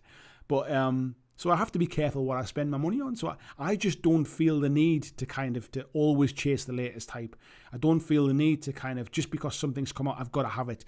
Or there's a new GW box out with 2 armies I don't own. I don't have to go and buy that kind of stuff. And I feel much more relaxed and much happier about it. I buy the stuff now, it's much more considered. And I know there is some stuff that I have to buy. If I want it, I'll have to buy it because it might not be around forever kind of thing. But then because I haven't sort of spent £200-400 in the last month on other crap, I have that money saved for it. You know what I mean? Luke says, GW really does create the hottest debates, doesn't it? I wonder if Michael Lovejoy would love to put out a press release and have social media light up like a firework display. With some of the GW stuff, sometimes I see it from a business point of view, and sometimes I see it from a hobbyist point of view, and sometimes I see it from a creator point of view of like, here's some new news, let's talk about it. But sometimes I don't always see the kind of the controversy coming for this kind of stuff. Because I'm not really one for controversy. I don't kind of make clickbait videos. I'm not in there for to getting in and trying to create like an atmosphere, if you like. So sometimes it surprises me that sometimes these things that I think are relatively here's all this stuff and they're going to put it together in a box and charge you less for it. That to me on the face value seems like, well, it's a good deal, isn't it? It's then when you have to dig deeper and look into it and see how other people see it and basically the fact that, yes, but they're replacing something else because of it. That's when these things get a little bit out of hand. Chris is saying, Orcs, Ultramarine, Space Wolves, Death Watch, Dark Angels, blah, blah. I need to focus. You definitely need to focus, mate. Peter says, doesn't matter where you buy your Primaris from, GW make the same profit. They don't, mate. That's the whole point. They don't make the same profit. So, for example, right, if you have... I'm just going to make it really simple. You're selling a cup of coffee, right? No, I'm not. You've got a set of Primaris Marines, right? 10 Primaris Marines, and it costs you 10. Let's just say round numbers. It costs you £10 to make them, right? And you sell them to your friendly local gaming store down the road for £20. Okay, you've made £10 profit. They sell it for £30. They've made £10 profit. But if you sell them in your own store for £30, you've made £20 profit. That's why it matters where you buy them from, because GW used to sell more through their own stores than they do these days. They now sell a higher proportion of their stuff through third-party sellers. So they're selling to retailers for a lot less than they're selling them to you. That's the point. Peter saying, if you want it, buy it. If you don't, then don't. Simple. But don't like the price eBay. That's what I do. Price hikes on old stuff is a pain. But in the end, you buy what you want. Yep. Fair enough, mate. Lord Maiden says, let's convert a coach or a bus so we can have a table scenery and models in one movable place. Do you know what it is? There was a point where I would have considered could I get like an old van and convert the inside of it so I could have like a mobile gaming studio to travel around and meet people and play games with folks and travel that could be like an interesting kind of like set of videos like as content. I often thought that one day. I can't afford it now though. Alan, hello there. He says, I'm okay with these. What was that? Somebody else just donated as well. Lord Maiden, give yourself a raise from us. Thank you, mate. You might have just doubled my week's wages there, mate. Thanks very much. I'm assuming it'll put up on the screen anytime soon. It put up on my screen first, obviously, but then you use it a little bit behind me. Where was this one? Yeah, sorry, Alan. I'm okay with these combat patrol boxes as they should get more people into the game. It's a turnkey army for small skirmishes, better than buying elite starter and padding them out. That was exactly my point, mate. Yeah, I think the same thing as well. Luke said exactly who did that to me at the cafe. They wanted normal prices in store and would not price match for the website and wanted to charge £2 to order something to the store. I forget why I left the job now. Yeah, there's quite a few do it, mate. Krabby said, utter bollocks, all Space Marines look the same until you add other bits. That's kind of the point. Yeah, that's the way I see it, mate. Is that bit? I kind of see it as in they all started off the same, like, and then they kind of went off into the chapters, and over time they adorned it with their own kind of trinkets and stuff like that. That's how I see it in my head. Just Kev said, I've decided I've got too much stuff. I'm going to collect one Imperium, Xenos, and Chaos Army and selling off the excess. Bye-bye, Sisters, Death Watch, and maybe Custodes. See, personally, even 3 is a lot when you're talking like 2,000 points to play a game, if you like. Which is why I love the idea of Combat Patrol. I'd quite happily have 3 or 4 like 500-point armies rather than just one big 2,000 point army. Moon Knight says, I bought Rogue Trader Kill Team because in Island Lockdown, again, my mind is telling me no, but my wallet was saying yes. There is a lot of people, and I don't get me wrong, mind, I think, and we were briefly chatting about this today, I think lockdown and people's kind of mental health state and people's just how they feel about stuff at the minute is dividing opinions and stuff. And I think people are up in arms and getting angry about stuff that in the past they wouldn't have even batted an eyelid at. And I think that I'm seeing it more now from doing live streams and stuff like that. I mean, I see it in my own day-to-day opinions of things, stuff that I get annoyed about that I ordinarily wouldn't give a second look at. But I definitely see it now from live streams and from like comments on videos and stuff. I can see how people are reacting to stuff now in a different way. And I think sometimes you got to kind of take that into account as well. Tony, hello mate. As you know, I have a very different approach, but I was able and inclined to play 500 points in a box would be my go-to. Yeah, and that's kind of, like I said earlier on, I kind of see Combat Patrol the way I was originally interested in Kill Team, of being able to buy and paint individual little armies. Like 15, 16 models in one of these boxes, and I've got a 500-point army I can play a game with, seems really appealing to me. And even at 85 quid and then 25% discount online and stuff, like it's not like if I bought that, it would probably take me a month or two to paint it, and then I would get some enjoyment from that process and finishing that little project, because I'm more likely to finish like 10, 15 models than I am to kind of finish like 60 or 70 models if you like. So I'm more likely to kind of to get the enjoyment out of a small manageable project and then move on and do something different. Spider Lord saying Death Guard are soon, they'll get Combat Patrol, and it wouldn't surprise me if it was Dark Imperium half. It wouldn't surprise me either, mate, and probably the reason why they got rid of that as well, so you couldn't buy it anymore. Christian sharing the link for the Amazon there as well. Thank you very much. Don't forget, folks, we'll have Black Friday coming up, not too distant future. If you are shopping on Amazon through Black Friday sales, please do click through my link. It won't cost you any more, but it helps support me and helps support the channel. Glenn says, did you order the new Warcry stuff? I did, mate. I ordered the Catacombs box, and I also ordered the novel, the hardback novel book as well. I was going to buy the extra boards, but I thought actually I'm gonna wait and see if I like the new rules and that kind of stuff.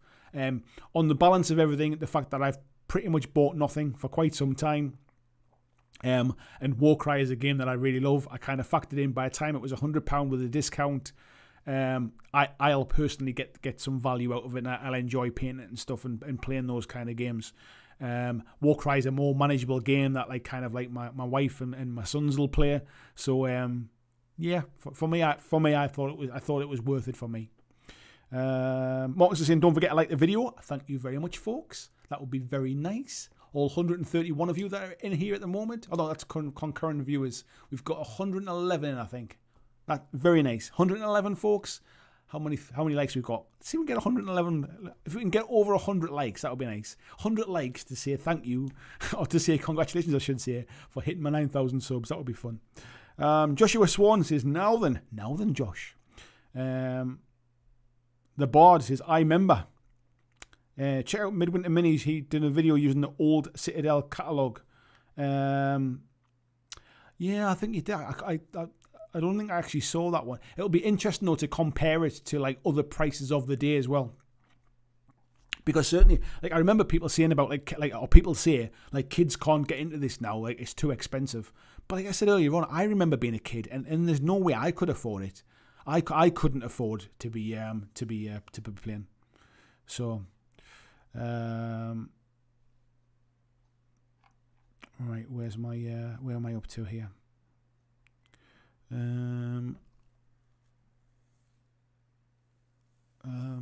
I'll just dive in. I'm not sure where I'm up to. Jared Harris says, I used to get drunk for £30. Now I'm older and fatter. It's £4 a pint most places, and good night out cost me more than in Domitus. Inflation is definitely a thing. Yeah, that's kind of where I am now as well. Like I remember going out with my mates, and I was probably only 15 or 16, going like, well, Nick donated. Thank you very much, mate. What was that one say? It says, 2 of my Australian dollars only buy £1. Here's the rest of your tips. Sorry about that, mate. How embarrassing for Australia. Lucky we get discounts on kangaroo Ubers. Thank you very much, sir. Much appreciated. You didn't have to do that, but I do appreciate it. For those that don't realise that, like, this is my full-time job, and I don't do any paid content. I don't get paid by companies for covering their games or for like kind of talking about their Kickstarters, all that kind of stuff. It's why I can do like what I'm doing now. Like I've today revealed the price for these Start Collecting for these boxes, because I'm not getting sent free things by Games Workshop. I'm not worried about upsetting them or anything like that by revealing prices early. If that information is available, I will share it with you, kind of thing.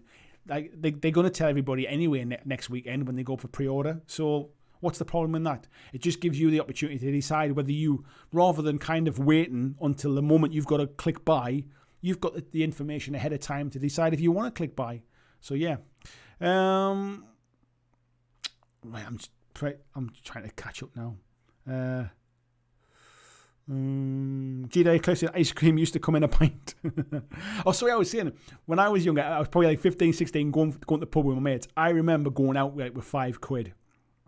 I'm 45 this year. I'm 45 next month, actually. So obviously that was quite some time ago.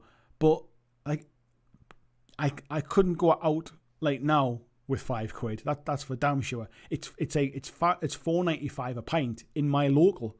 So where I used to have a whole night out for £5 and get home, like, inflation is a thing without a shadow of a doubt. And that's what I mean. I would love to try and get some kind of comparison just to understand how different that is. George is saying, late joiners, had to work, couldn't afford GW stuff now, even if I wanted to. Happy to play other games and sold the majority of 40k stuff. I appreciate it, George. I've got no idea what your kind of financial situation is, but other games, like as for example, we talk about Mantic quite a bit on the channel. We talk about things like Fantasy Flight. We talk about like things like Star Wars Legion. We talk about things like War Machine or Malifaux or Infinity. Like, none of them games are cheap. Let's get things like perfectly honest. They're not cheap. They're not like a quarter of the price of Games Workshop. So when people say I can't afford Games Workshop, I can't, like, I'm trying to understand. Do you mean I can't afford to buy a full army? I can't afford £30 to buy this box set versus the £25 I'll spend on somebody else's. Like for example, Infinity stuff is not cheap by any stretch. Like, there's some of their box sets, like army set things, are like 70, 80 quid and stuff. So I think a lot of companies are catching up. GW might be expensive, but other companies are not, like, they're not free, for example. You know, they're not like half the price. They're not a quarter of the price. There might be some out there that are really cheap, but then I guess quality of the miniatures and everything else comes into it as well. Steve says, I used to be able to buy a model for Citadel miniatures for the same price as a bar of chocolate and a packet of crisps. Don't think I could do that now. Steve, what year was that? Because I don't remember. So when I was kind of 10, so I'm going back 35 years, Citadel miniatures were not that cheap 35 years ago. I remember them being, I could only afford one, like, once in a blue moon. So like, I'm certainly not looking back on those with rose tinted glasses, that's for sure.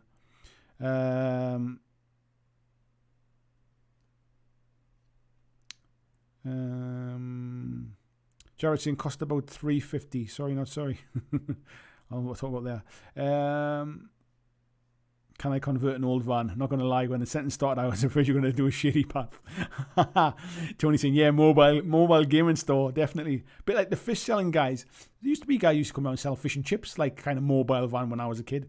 Whiskey Tango says there's more than just add-on bits for classic Marines, though. For one basic example, you get a Blood Angels Marine with blood drop on the chest emblem. Yes, there is, mate. There definitely is. Krabby says that's what Grey Shields are. Space Marines with no chapter, right? I've got no idea, mate. Red Rose Wargaming, good evening, Anna. Says, sat watching at Manchester Airport waiting to pick up my parents. Well, I hope they've had a safe journey, Anna, and I hope it's not too chilly sitting in the airport there. Where are we up to here?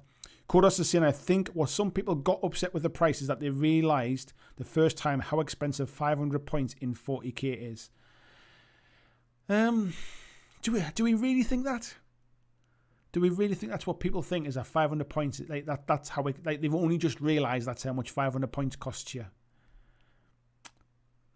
I can't believe that for a second. Marcus is saying he's been watching a couple of terrain builders since lockdown. They've made a whole city's worth of buildings. COVID is good for hobbying, bad for gaming. Yeah, I think certain channels have done well out of it, like with kind of being able to kind of stay at home and build things. Other channels where like gaming's been the main priority have struggled a bit. Busey saying he's in the currently process of making an online digital game board that uses painted minis and augmented reality so we can play 40k anywhere in the world. I'll tell you what, mate, like I've got to admit, the longer this lockdown's gone on, the less I've been interested in digital gaming. I enjoyed the game of Blitzball that I played with VG, and I'll certainly play that again many times. But I think it's because of because of the grid. I think just being able to move along the grid. I would not want to do kind of free movement games like Warcry or 40k or any of that kind of stuff. I wouldn't want to do any of that kind of stuff with digital gaming. Thank you again, Nick, for that donation. I've just got to that bit now. JW said I'm going to buy a few things on Black Friday, but other than that, I'm currently focused on getting my white scars to a level above tabletop ready. Nice one, mate. Tabletop ready doesn't exist. Don't you know that? It's only the standard that you want to achieve, mate. That's the one that exists. JW says, well, not try to be a Debbie Downer on the rest of the stream. You're not a Debbie Downer, mate. Not at all. Not at all. Vaughnwood says, I remember saving my pocket money. Hello, Vaughnwood, by the way. For the month to get my blister packs. Good old lead. But inflation has grown along with our age, waste, and really it has always been pretty pricey. That's kind of where I remember. Like, I remember being able to buy, like, how much pocket money? I think I used to get £2 pocket money. And I could either buy maybe like a 190. Can folks remember like the 199 Spectrum games? I used to buy like a 199 Spectrum game for my Spectrum Plus 2. And I can remember around that time buying the odd Citadel miniature, but I don't remember being able to really kind of like they might have been £2, £3, £3, something like that. I'd have to try and look back now and try and find out, but I don't remember them ever being cheap. That's kind of the point I was trying to make. The board says if you're new, the boxes are a good deal, but there's nothing new in them. They're never going to put new stuff in them. New stuff would sell without being discounted. They're never going to discount like sort of brand new stuff. Mad Garlic says I think the difference is back then a product launched, it was available for years, so you could get them for birthdays and Christmas. Now many items are limited. I think the limited side of thing is driven twofold. One, by kind of fear of missing out and stuff, and I think also sales have gone through the roof versus where they were. I think the biggest difference is back then there was always a huge gap between new releases. So something new came out, you had time to almost save up to buy it. Even going back maybe 3 or 4 years ago, like when Dark Imperium came out. Before Dark Imperium, so what was that? 7th edition time, things weren't released at the rate they come out now. There wasn't like sort of 20 new things every weekend. I've got no idea how they managed to make so much stuff. It's phenomenal as a business. This, like, regardless of what you think of the prices, regardless of what you think of the quality, regardless of what you think of the game, as a business, the amount of new stuff they release is absolutely phenomenal. But there was never a release schedule like that. They have completely dominated gaming stores. like it's almost, if you own a store, it must be pretty much a full-time job just trying to keep up with the latest GW releases to kind of to put into your store. And I think that's what's kind of, I don't necessarily think the price per model, if you like, is kind of has got astronomically out of touch. I think the amount of stuff they release and the feeling that people have to keep up with it, I think that's what's kind of got out of touch. God, I've hardly drank this cup of coffee. It's probably gone freezing cold now. Where are we at? Busey saying $50 super chat. There's value right there. It's $50 Australian dollars, mate, as well. But it is still super generous. Thank you very much. Crabby saying inflation is a thing. For sure. Ask my stomach. Yeah, mine's gone down. I'll have you know. Peterson is pretty fed up with the limited availability and obsolete books. I don't think necessarily done obsolete books, mate. I mean, they've done codexes for years. It's just that sometimes a codex would stay around for two or three editions. Like I remember, like old Orc codexes or Necron codexes hanging around forever. Like they're kind of in this kind of damned if you do, damned if you don't. People want them to update everything, but then they don't want them to update them too quickly so that they're out of date, if you like. And it's a fine balance, and I'm not sure they've got it right, but it's one of those things where you don't have to keep up. Like if you play casual games in the shed with your mate kind of thing, and a new codex comes out, you could just agree between you that I'm just going to keep using the old one. But people won't, people don't. That's the thing.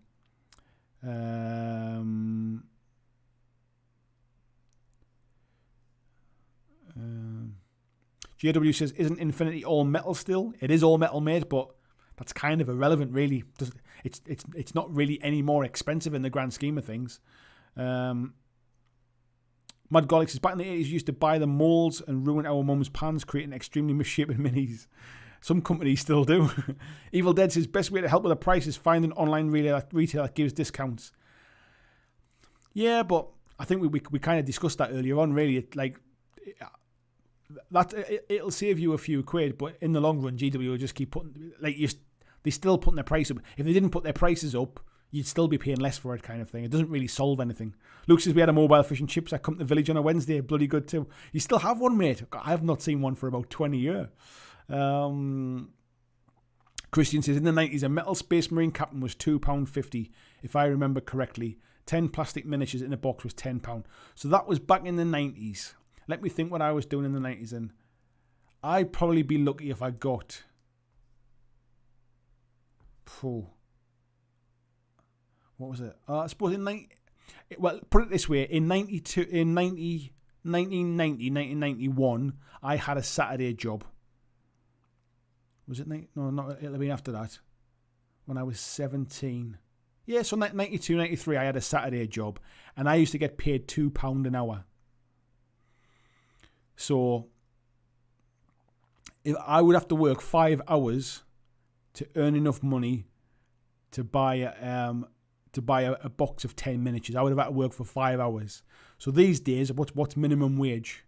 Minimum wage? I've got no idea what minimum wage is. I know I don't earn it. Let's say it's five quid. I think it's more than 5 quid, but let's say it's 5 quid. That's 25 quid for 5 hours work. It's probably not that different. It's probably not that different in the grand scheme of things then. Peter saying the closest to discounted models from GW is when you get a junior rules writer to come up with a mini game and put those old, no longer selling figures in it. You tend to get them less and less these days. Matthew says, hello all, not sure if I think the new set for 40k is value. I'm strung across a lot of fantasy games right now. However, unless I have 2 armies, I won't get a game in. Yeah, I guess that's more to do with your local player base, to be fair, isn't it, mate?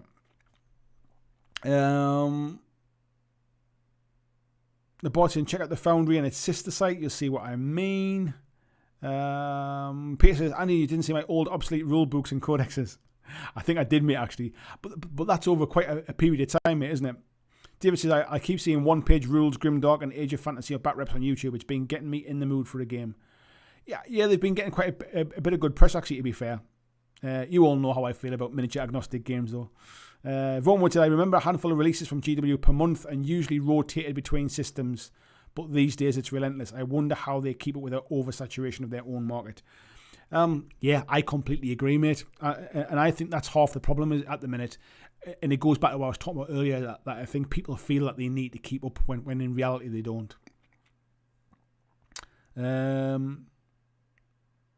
JW said, I don't buy books currently. Will do so when I finish an army or two.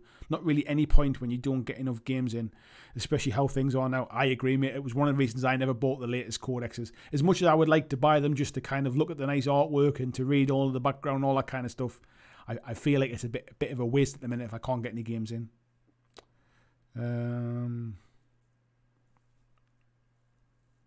Mr. Hendo says 872. Tim Kelly says 872. I'm not sure what the 872 is that minimum wage, is it? There you go. Is it really £8.72 minimum wage? Wow. Well, there you go then. So 5 times that then. So it's probably very similar then. I remember it was £2. I used to get paid £2 an hour because I worked for 8 hours and I got £16, and then a driving lesson cost me £16 for an hour's driving lesson. So I would work all day Saturday for 1 hour driving lesson that week. That was how I remember. Nick saying, do you reckon we'll get combat patrols for all armies? Grey Knights still don't even have a stock collecting box. It wouldn't surprise me. I can see it as they release the new codexes. I think we'll see these kind of combat patrol boxes coming out for them all. I'd be really surprised if they didn't. Kieran saying, long time lurker, first time commenter. Hello Kieran, welcome to the chat, mate, and thank you for watching. This is Mortal Realms proves that they do not need to charge as much as they do. I kind of agree, but then I guess you could say the Mortal Realms thing is about long-term commitment and almost getting you into a subscription model. That's what they're trying to do with that kind of stuff, isn't it? ER910 says in 1990 comics were at $1 and today they are $4. So they're 4 times the price, essentially, is what you're saying. So there, if we go back, and it was £10 for a box of 10 Marines, and it's what, 30 quid, 33 quid, 35 quid now. Inflation, I guess, has kind of gone along similar lines. And it sounds like if I was on minimum wage at £2 an hour and minimum wage is £7 something, it's gone up roughly 4 times. So I wonder if it's not as miles out as we kind of think it is.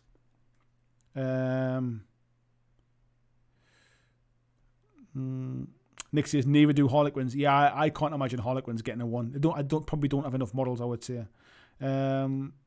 Whiskey Tango says, oh, how do you feel about miniature agnostic games? Frostgrave, Rangers of Shadow Deep.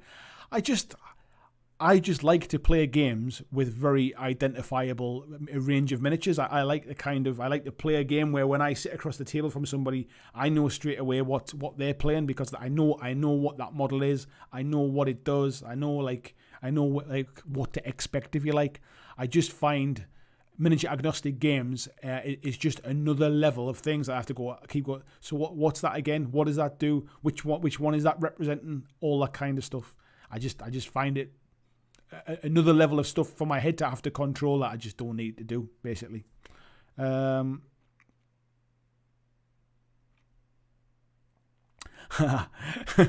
Luke says, Andy's just realised how far off minimum wage he is. Where's that Patreon link? I am miles away from minimum wage. Don't you worry about that.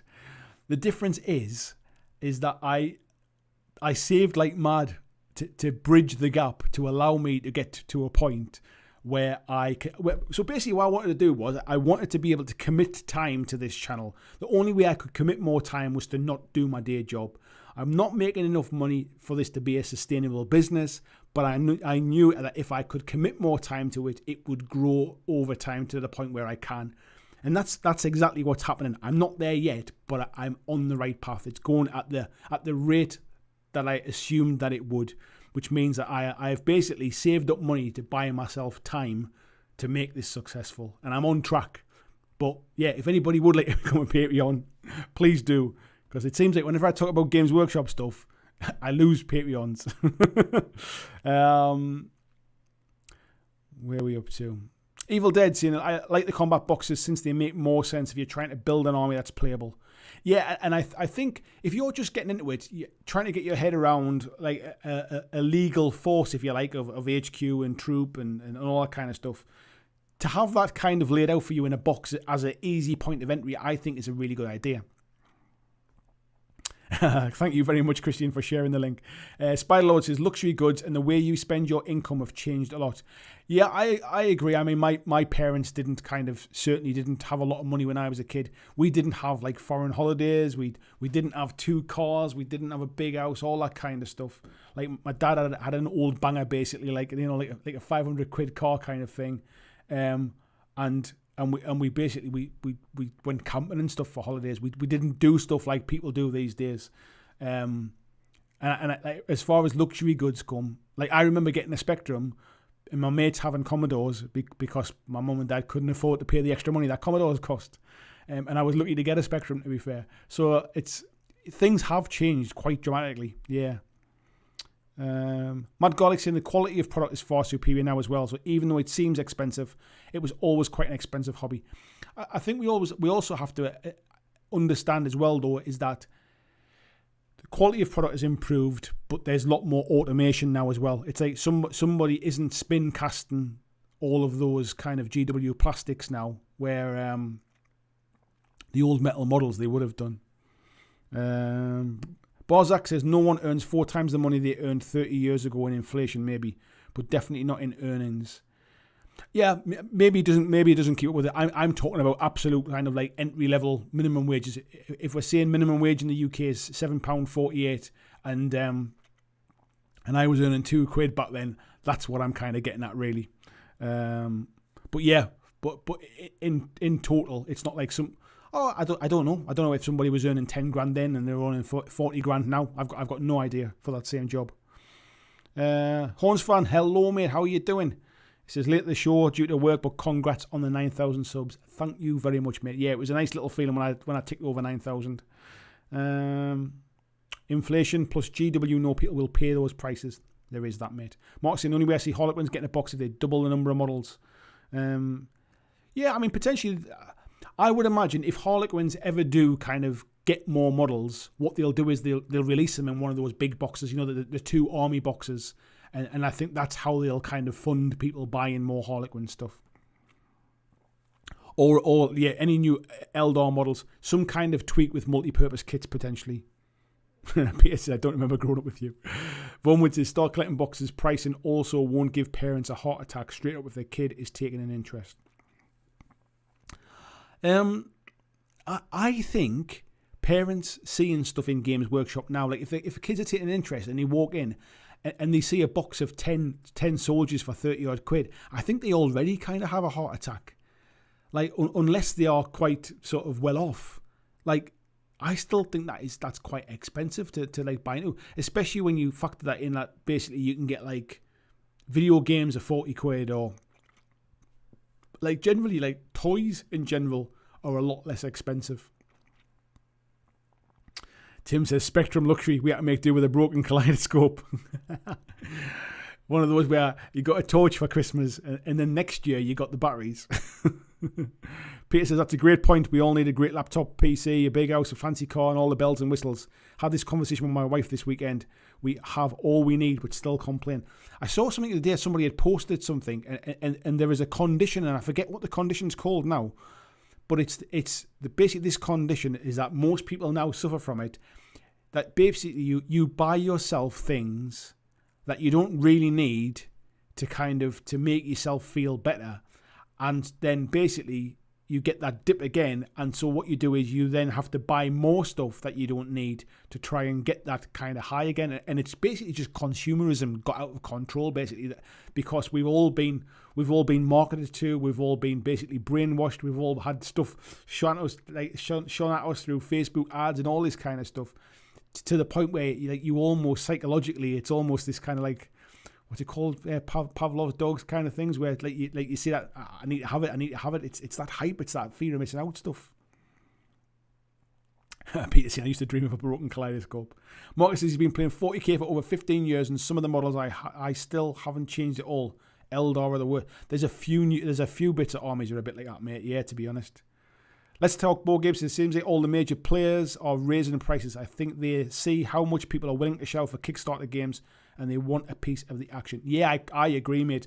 I also think that actually they've been quite surprised just how robust the industry's been through lockdown and through COVID, and that actually because people are staying at home and maybe not spending money on holidays, or maybe not spending money on even like going out, like going drinking, going eating out and that kind of stuff, socializing in general. I think some people potentially have a little bit more spare cash than they would normally have, and I think they're spending it on models and stuff. And I think companies like GW and Mantic and everybody else and Warlord Games, I think they've probably been quite surprised just how well they've done through this particular time. Blizzards are saying, yeah, retail therapy is a thing for sure. Yeah. Kieran says, as a store owner in Australia, I can say most parents are happy to buy their kids models and paint as long as they can get the kids away from the TV and console. Hello, Kieran, by the way. I think that's almost becoming less. I think that's becoming less of a thing now, getting kids away from TVs and consoles, because I think like people my age, like I'm 45. I grew up with TVs and consoles and video games, and I'm constantly on my phone and on my laptop and stuff like that. And I think people's attitudes are changing to it. I don't think they necessarily see it as necessarily like a mindless drain. Like video games are still kind of like, you can still learn a lot from playing video games, like hand-eye coordination and problem solving and all that kind of stuff. It's more about controlling the time. I completely agree. Building models and painting and creative pursuits and stuff are definitely kind of still needed. And maybe people are willing to spend a little bit more money to give kids something else to do. But I do wonder whether people's attitudes towards like technology are changing and all that kind of stuff. Steve T says, the power of Slanesh, excess. You're not wrong, mate. Jared saying, like Fight Club, rampant consumerism taking over people's lives, almost prophetic. You're not wrong. You mean the seagulls from Nemo? I wish I could find what it was called now. It was really interesting, this thing. JW says, I might buy plastic crack, but I don't understand why everyone needs a huge house these days. I'd rather have something mid-sized and cozy. Why have rooms you hardly ever enter? I went through a bit of a tough time last year, like kind of like mentally. I absolutely hated my job. I absolutely, it was actually sending me insane. I just physically couldn't even like sort of bring myself to kind of to get out of bed. I mean, I obviously did, but I was in a bit of a kind of a horrible place about the whole thing last year. And I started to kind of read lots of books and listen to podcasts and listen to audio books about happiness and about stuff. And one of the things I kind of always sticks with me was there was this guy, I forget what he was called now, but some kind of like philosopher, and he essentially said, if you can imagine you wake up in the morning and it's been the zombie apocalypse outside, everybody has been killed, there is only you left. And he said what you would probably do is, obviously once you've kind of stopped panicking and all this kind of stuff, you'd be looking for somewhere to kind of, you know, to kind of like call home, if you like. He says, and what you'd do is you'd go and find the big houses, and you'd go and like live in the palaces, and you'd drive the Ferrari around and all, and you'd go to the supermarkets, or you go to the fancy clothes shops and get the nice clothes. He said, and then eventually that novelty would wear off, because essentially what we do is we buy the big cars to impress our neighbours. We buy a big house to impress our co-workers. We buy fancy clothes to show everybody else how much money we've got. All that kind of stuff. He said essentially once that novelty wore off and there was nobody there to impress, you'd find the most reliable car or the most kind of economical car, because you wouldn't want to be filling it up all the time, and you want to be able to carry your stuff about. You'd find a house that was basically, it was just what you needed, basically, so that it was comfortable and it was warm, and you didn't have a huge house that you had to try and keep on top of and clean and all that kind of stuff. And you'd find clothes that were hard wearing and comfortable and kept you warm and all this kind of stuff. And it's quite interesting that this whole thing about consumerism basically is that in general, we as people care more what other people think of us, whether that's how much we earn or what car we drive or what house we live in or what postcode we live in, all this kind of stuff. We do it all to impress other people that we generally don't give a shit about.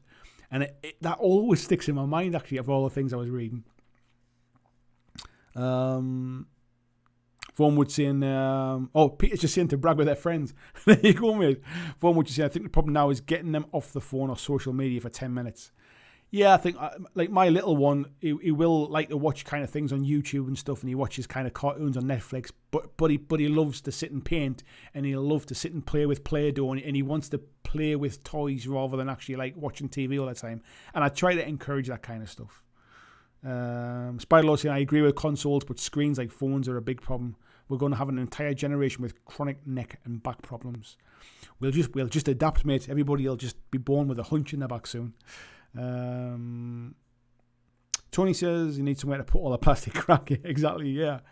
Andrew Fairbanks says, in the States, your zombie story would end with you shooting zombies. Yeah, there's in the zombie story, let's assume the zombie apocalypse happens, but all the zombies wipe out when you wake up as well. There, you're on your own, essentially. Matthew says, I've been in the fire service for 23 years and I'm so done with it. I wish I could find a way to get paid to do what I love. Much respect, Andrew, for doing what you love. To be honest, mate, like I said, I'm not earning enough just yet, but I know where I need to get to, and I'm putting the work in to get there, and things are climbing in the right direction. So I'm kind of fine with that.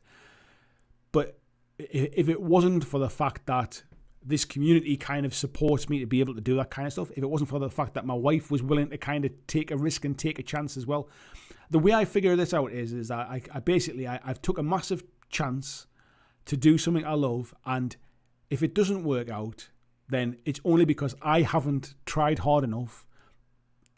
So it's in my hands. Every day I get up and I look forward to to getting up and doing stuff like this. And even though I'm probably earning 1% of what I was earning before, I am so much happier. And to tell you what, through this whole lockdown stuff, if I still had to be doing my old job, God knows what mental state I'd be in, that's for sure.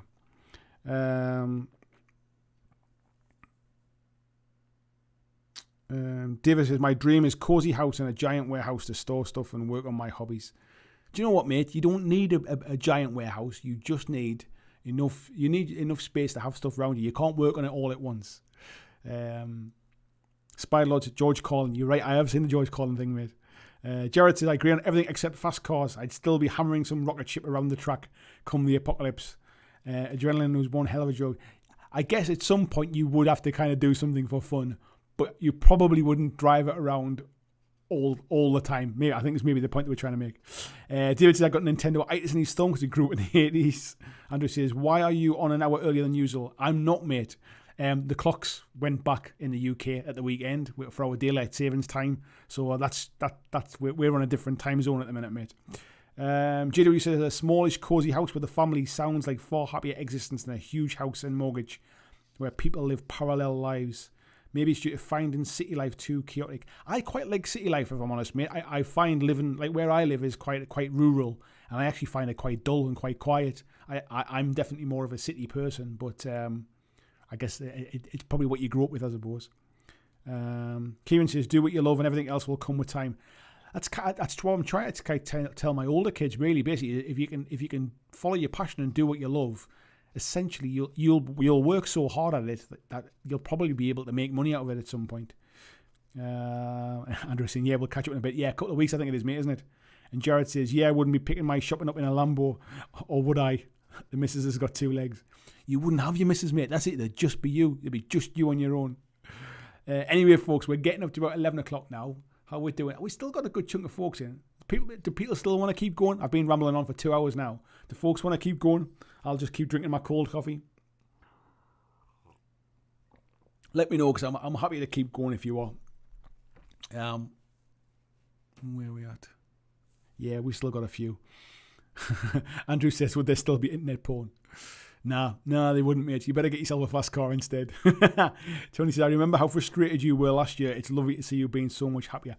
Thank you, mate. I'll be honest, I have some bad days where, because of lockdown, I'm hugely frustrated. I feel like a lot of the plans I had that when I started doing this full time, I can't put in place, and I get down about it, and I feel a bit isolated at times, because like it's not like I'm working with anybody. It's just me and the camera and all that kind of stuff. So I have like down days and stuff like that.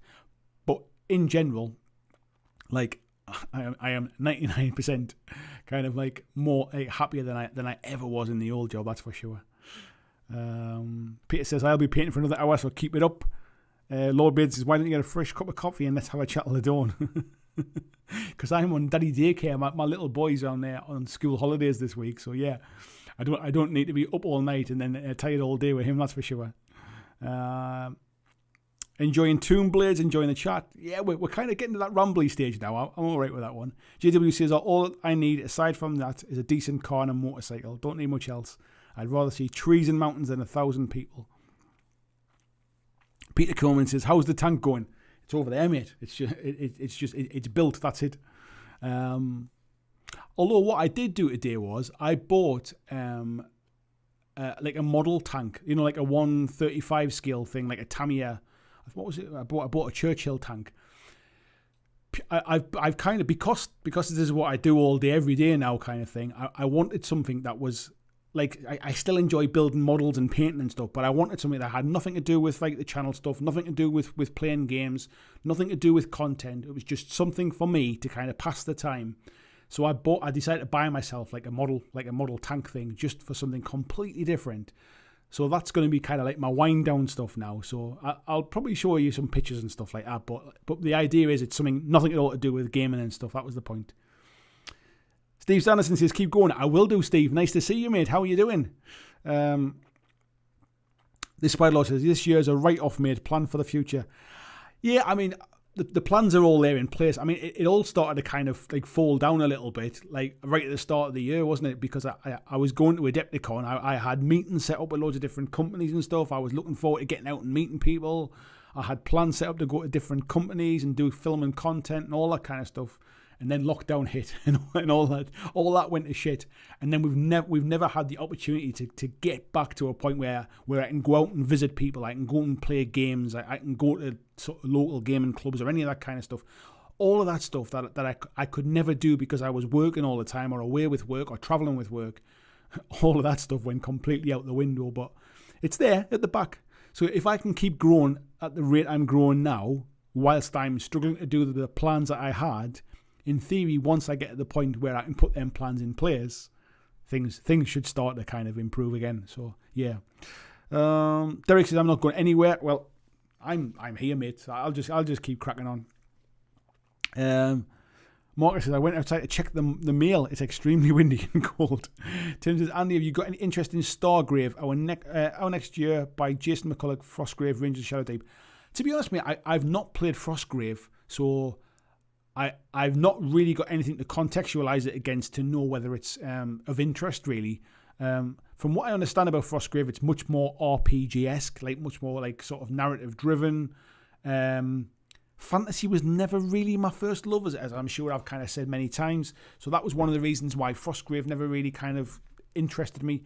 It's something I would love to check out, mate, like without a shadow of a doubt. I'm sure it'll be hugely popular, so I would definitely check it out, but it depends if it gives me something different to like the 20 other games that I play kind of thing.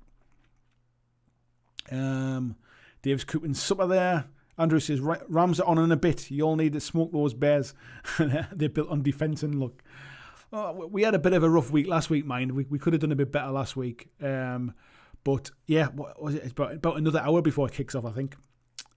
Whiskey Tango saying, well, for Frostgrave, North Star Miniatures make some official minis. Does that count?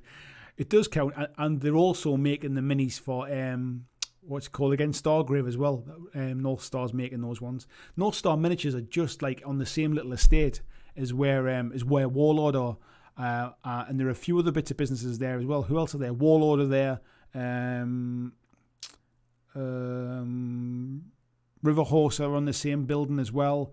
I think. Oh, what they called? North Star are as well. But there's a few companies all right together in the same building, basically. And when I've been down to see Warlord in the past and stuff, it'd be nice to go and see North Star next time. The boss in big white van right to the nearest hobby shop. Marcus is saying, I hate the cold. I don't actually mind the cold, mate. You know what they say about the only difference between cold weather and warm weather is the wrong clothes. Tony says, painting his mini swap mini at the moment. I swear this mini is a diorama in its own right. I like seeing your mini swap stuff, mate. You always kind of go the extra mile. Pete says could do with a plane kit and 172nd tanks. Yeah, I just honestly fancied something. Just like I love, like, because this is what the conversation I was having with my wife basically is like she's saying like you need to kind of switch off sometimes. You need to kind of do something for yourself. And I said, I know, but like it's still my hobby. For all I do it I do it every day. And like in most evenings, to be fair, it's still my hobby, even though it's my job and it's now my business and stuff. It's still my hobby. I still love doing it.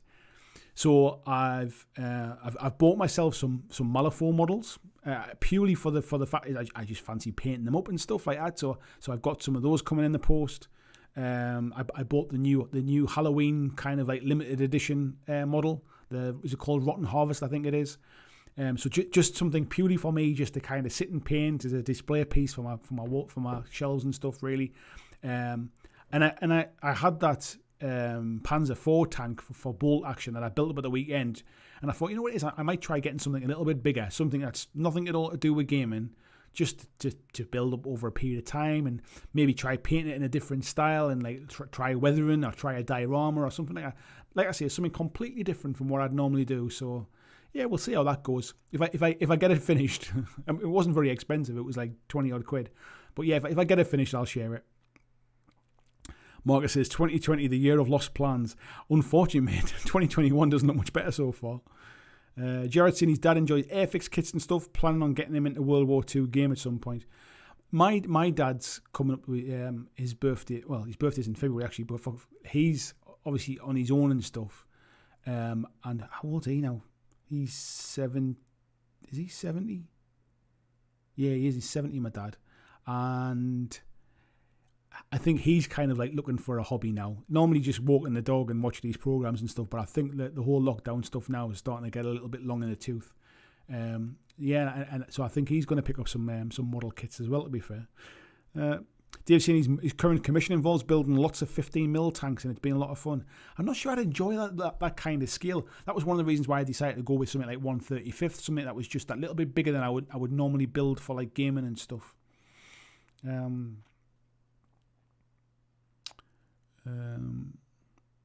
Just Kev says, imagine GW didn't exist and tomorrow they appeared with their model quality that is through the roof.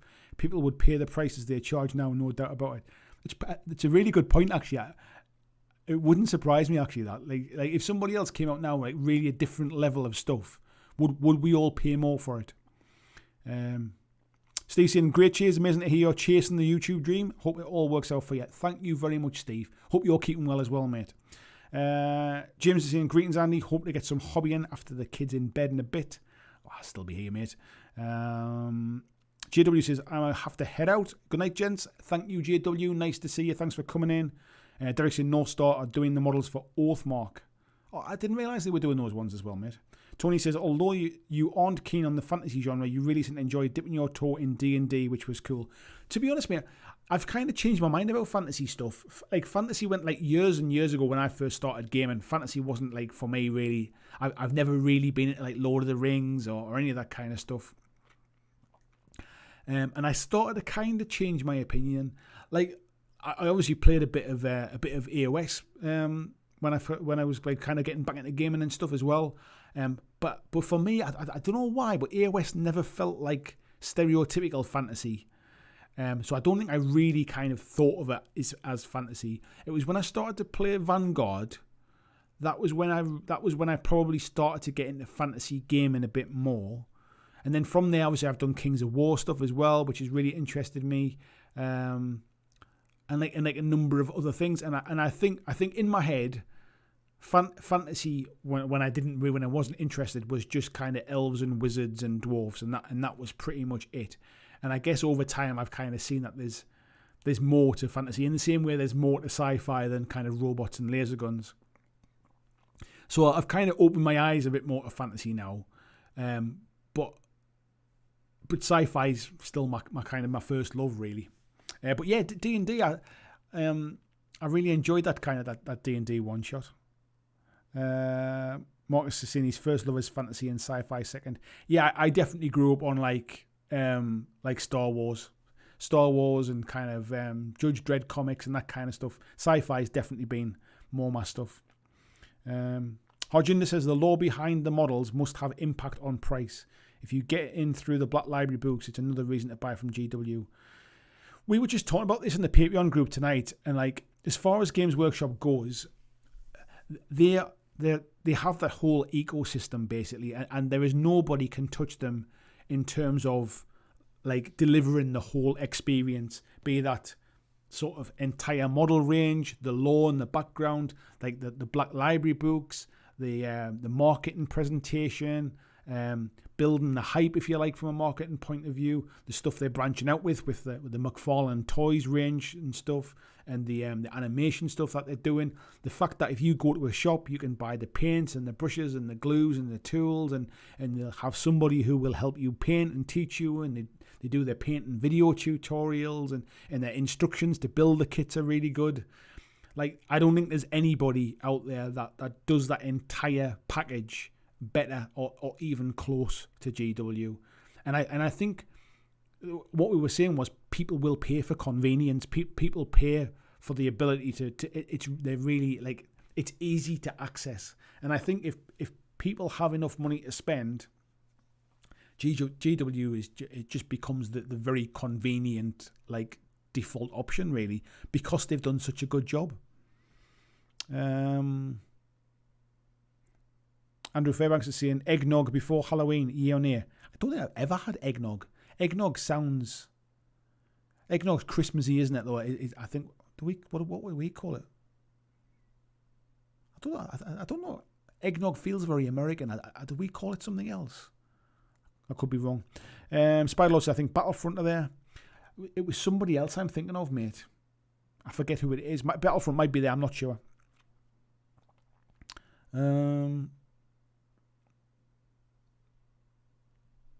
Whereas this Marcus says, you'd be hate the cold too if you were 120 pounds. Being skinny has its drawbacks.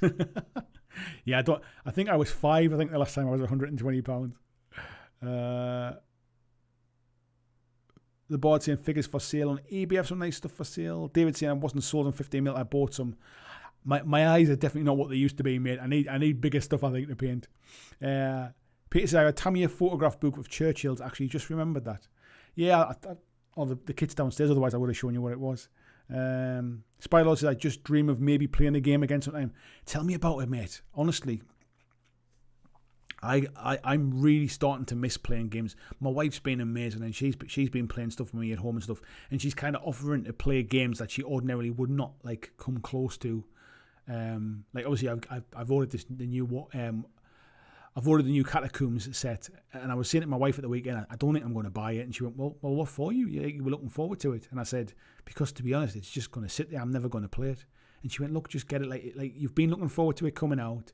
I'll play it with you. Just get it, kind of thing. And it was like, like 1 in a million, really. Like, if it wasn't for her, I would not have played any games, I think, this year. So yeah. Spiderlord says, what do you think of Conquest, Andy? Pricey but big models. I'll be honest, mate, I've not really seen the prices of it, so I'm not sure what the prices are like. But Parabellum did send me a starter set for Conquest, and it took me ages to build the models up. And they're nice enough quality, but there's something about them where it feels like the models feel like they were made by a company who are just still learning how to make models. Like they join in some funny places, and like they're nice enough when they're done. But they are big models. It's like they got the scale completely wrong. That they're absolutely no use in any other game unless you were playing like a mini agnostic game and you wanted to just use them. But they're nice enough. But there's nothing about them that makes me go, wow, like they're fantastic. Of the ones I've seen anyway. Jared says, as games, I remember them. The good old days of 2019, yeah, games. Tony says, started painting the first mini from Super Fantasy Brawl today and Nevermore. I love that mini, mate. I think that's probably my favourite, actually. He says they're so much fun to paint. It's nice painting something that's just a little bit more chunky, isn't it, mate? Movie theatres, remember those? I tell you what, movie theatres are definitely going to go by the by. Where was that comment again? I've been reading all that stuff online and that about Disney basically talking about taking all of their movies now, rather than going to the cinema, going straight direct to kind of Disney Plus. Once we start to see the like Star Wars movies and Marvel movies and everything else going straight to streaming and that, like the rise of Amazon Studios now and Netflix with all of their like Netflix original stuff, Apple TV. Like theatres must be really. There was even talk this week. I think I was reading, or this weekend, that basically the Paramount Pictures, I think it's Paramount, are under pressure to basically sell the new James Bond film to a streaming service to try and get some money in from it, because they're basically sitting with this film not making any money at the minute. That's kind of scary. Can you imagine, like, theatres just disappearing because they've had to close because they've got no movies to show? It's quite a scary thought, that. Andrew's seen the advantage GWs now. Friendly local gaming stores are probably struggling. I'm not sure they're necessarily. Well, they're potentially struggling, mate, if they don't have any online presence. But yeah, most local gaming stores should really have an online presence these days. Jared said those two, going to have a dinner with your mates. Oh, I'm really missing just going to the pub, mate. Going to the pub with a mate, even if it's just for a couple of pints and a bit of a random conversation. I'm really kind of missing that stuff at the minute. Lord Maiden says eggnog is American. Snowball, yeah, that's what we're trying to think of, mate. Yeah, we kind of call them a snowball. Eggnog is the worst. My wife is nuts for it. Where was that one? Tony said, if I remember correctly, eggnog is Advocaat. That's what I was trying to think. Advocaat is kind of snowball, isn't it? That's definitely right, mate. Kieran saying, Andy, you're probably thinking Footsore as the other one. That's the Lead Belt Warlord Estate. It might be Footsore, mate. Yeah, it might well be. Peter saying, I'm starting to feel that not playing strain getting harder.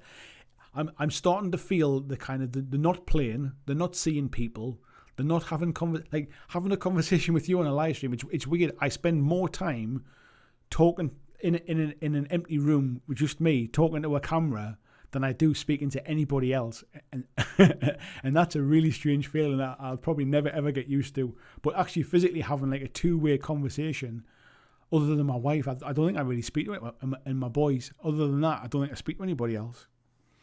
Andrew's in the grocery stores out of hot chocolate. If it gets cold for 2 days and they sell out hot chocolate and onions. David says 15mm doesn't feel as small when you start painting it. I think a lot of folks have a mental block about it. Non-hobby folk feel the same way about 28mm. Yeah, maybe, mate. Yeah, maybe. I think what have I painted that's been particularly small? I think it depends. I think I've got experience from playing things like Drop Zone Commander, where the vehicles and stuff weren't too bad, but when it came to the people, they were like kind of match heads on a base, and it just didn't interest me. But I think that's more like 8mm, I think, or 6mm. Matthew says theatre's going away makes me sad. Yeah, like I can't. I think the last time I went to the cinema was I went to watch Joker. And obviously these days I don't get to go to the cinema very often with a 4-year-old. We don't, and if we get a babysitter going sitting in the cinema, it tends not to be our kind of idea of a good night out before this lockdown stuff. But yeah, it's I just can't imagine not having cinemas. It'd be weird. David says he's got Super Fantasy Brawl in his commission line. Looking forward to it. Yeah, I'm cracking through those models quite nicely actually. Spider's in the new Bond film being negotiated. Yeah, I was just reading about it. They're talking about like mega bucks though, like what was it, like 180 million or 200 million to pay for it. I just don't even see how they make that kind of money back. Matthew says, why don't you all play 1 versus 1 at home or in the garage? Because, mate, at the minute, the lockdown that we have in certain parts of the UK, of which I'm in one of those areas, you cannot have anybody to your home. You basically can't go to anybody's home, and you can't have anybody at your home. So you can't see anybody basically, and you can't go to a gaming store with people. You can't go to a gaming store and play with people who are not from your family bubble or don't live inside your household. You can't go to the pub and sit at the same table as somebody that doesn't live within your family household. So at the minute, we are just not. There's nobody to play games with. You're not allowed to meet anybody in an area where you can play a game, mate. That's the problem. Luke says, I've been championing 15mm for a long time now. Just love it. All aspects of 15mm table setup. Peterson's painted more than 1,000 10mm models. Wow. Tim says, did you ever get around to playing that Transformers looking game? You painted the minis on a Wednesday night hangout. I have, mate, actually. Yeah, I've played it to kind of understand the rules and stuff. I was going to do like a gameplay thing of it, but obviously not getting anybody to play games with has been a bit of a problem. I've played it like solo basically to get my head around the rules, and I wanted to do a review of it and stuff, but not playing it enough to do a proper review was one problem. And the other side was that the company who sells the game basically didn't have the stuff in stock to sell. So what I said was it's hardly worth me kind of doing a review of it at the minute if you haven't got anything to sell. So that delayed it a little bit, but it'll come to the channel at some point. It's just other stuff's kind of pushed it back because I couldn't get around to it basically. 600 million, is that what they were talking about? Matthew says, dang, I feel awful that you all have to go through that. It's just what it is, mate. It's just the problem we've got is, and the frustrating thing is, there's no real kind of time frame that's been put around it. So it's just kind of never ending at the minute. And I think if they said like by the start of November everything you'll be able to go back to normal, it would kind of take the pressure off a little bit. But this it just feels a little bit endless and a bit monotonous at the minute. Marcus is saying, last movie you watched in the theatres was going to see a special showing of 1933 King Kong. And a week later, lockdown started. Actually, the last film I saw might not have been Joker. It might have been 1917. I think I took my kids to see 1917, which was fantastic. Kirsten, good evening, Kirsten. Says, even when lockdown levels allowed visits, I didn't do it. I'm not meeting anyone for the rest of this year, at least not taking the chance. Missing games for sure.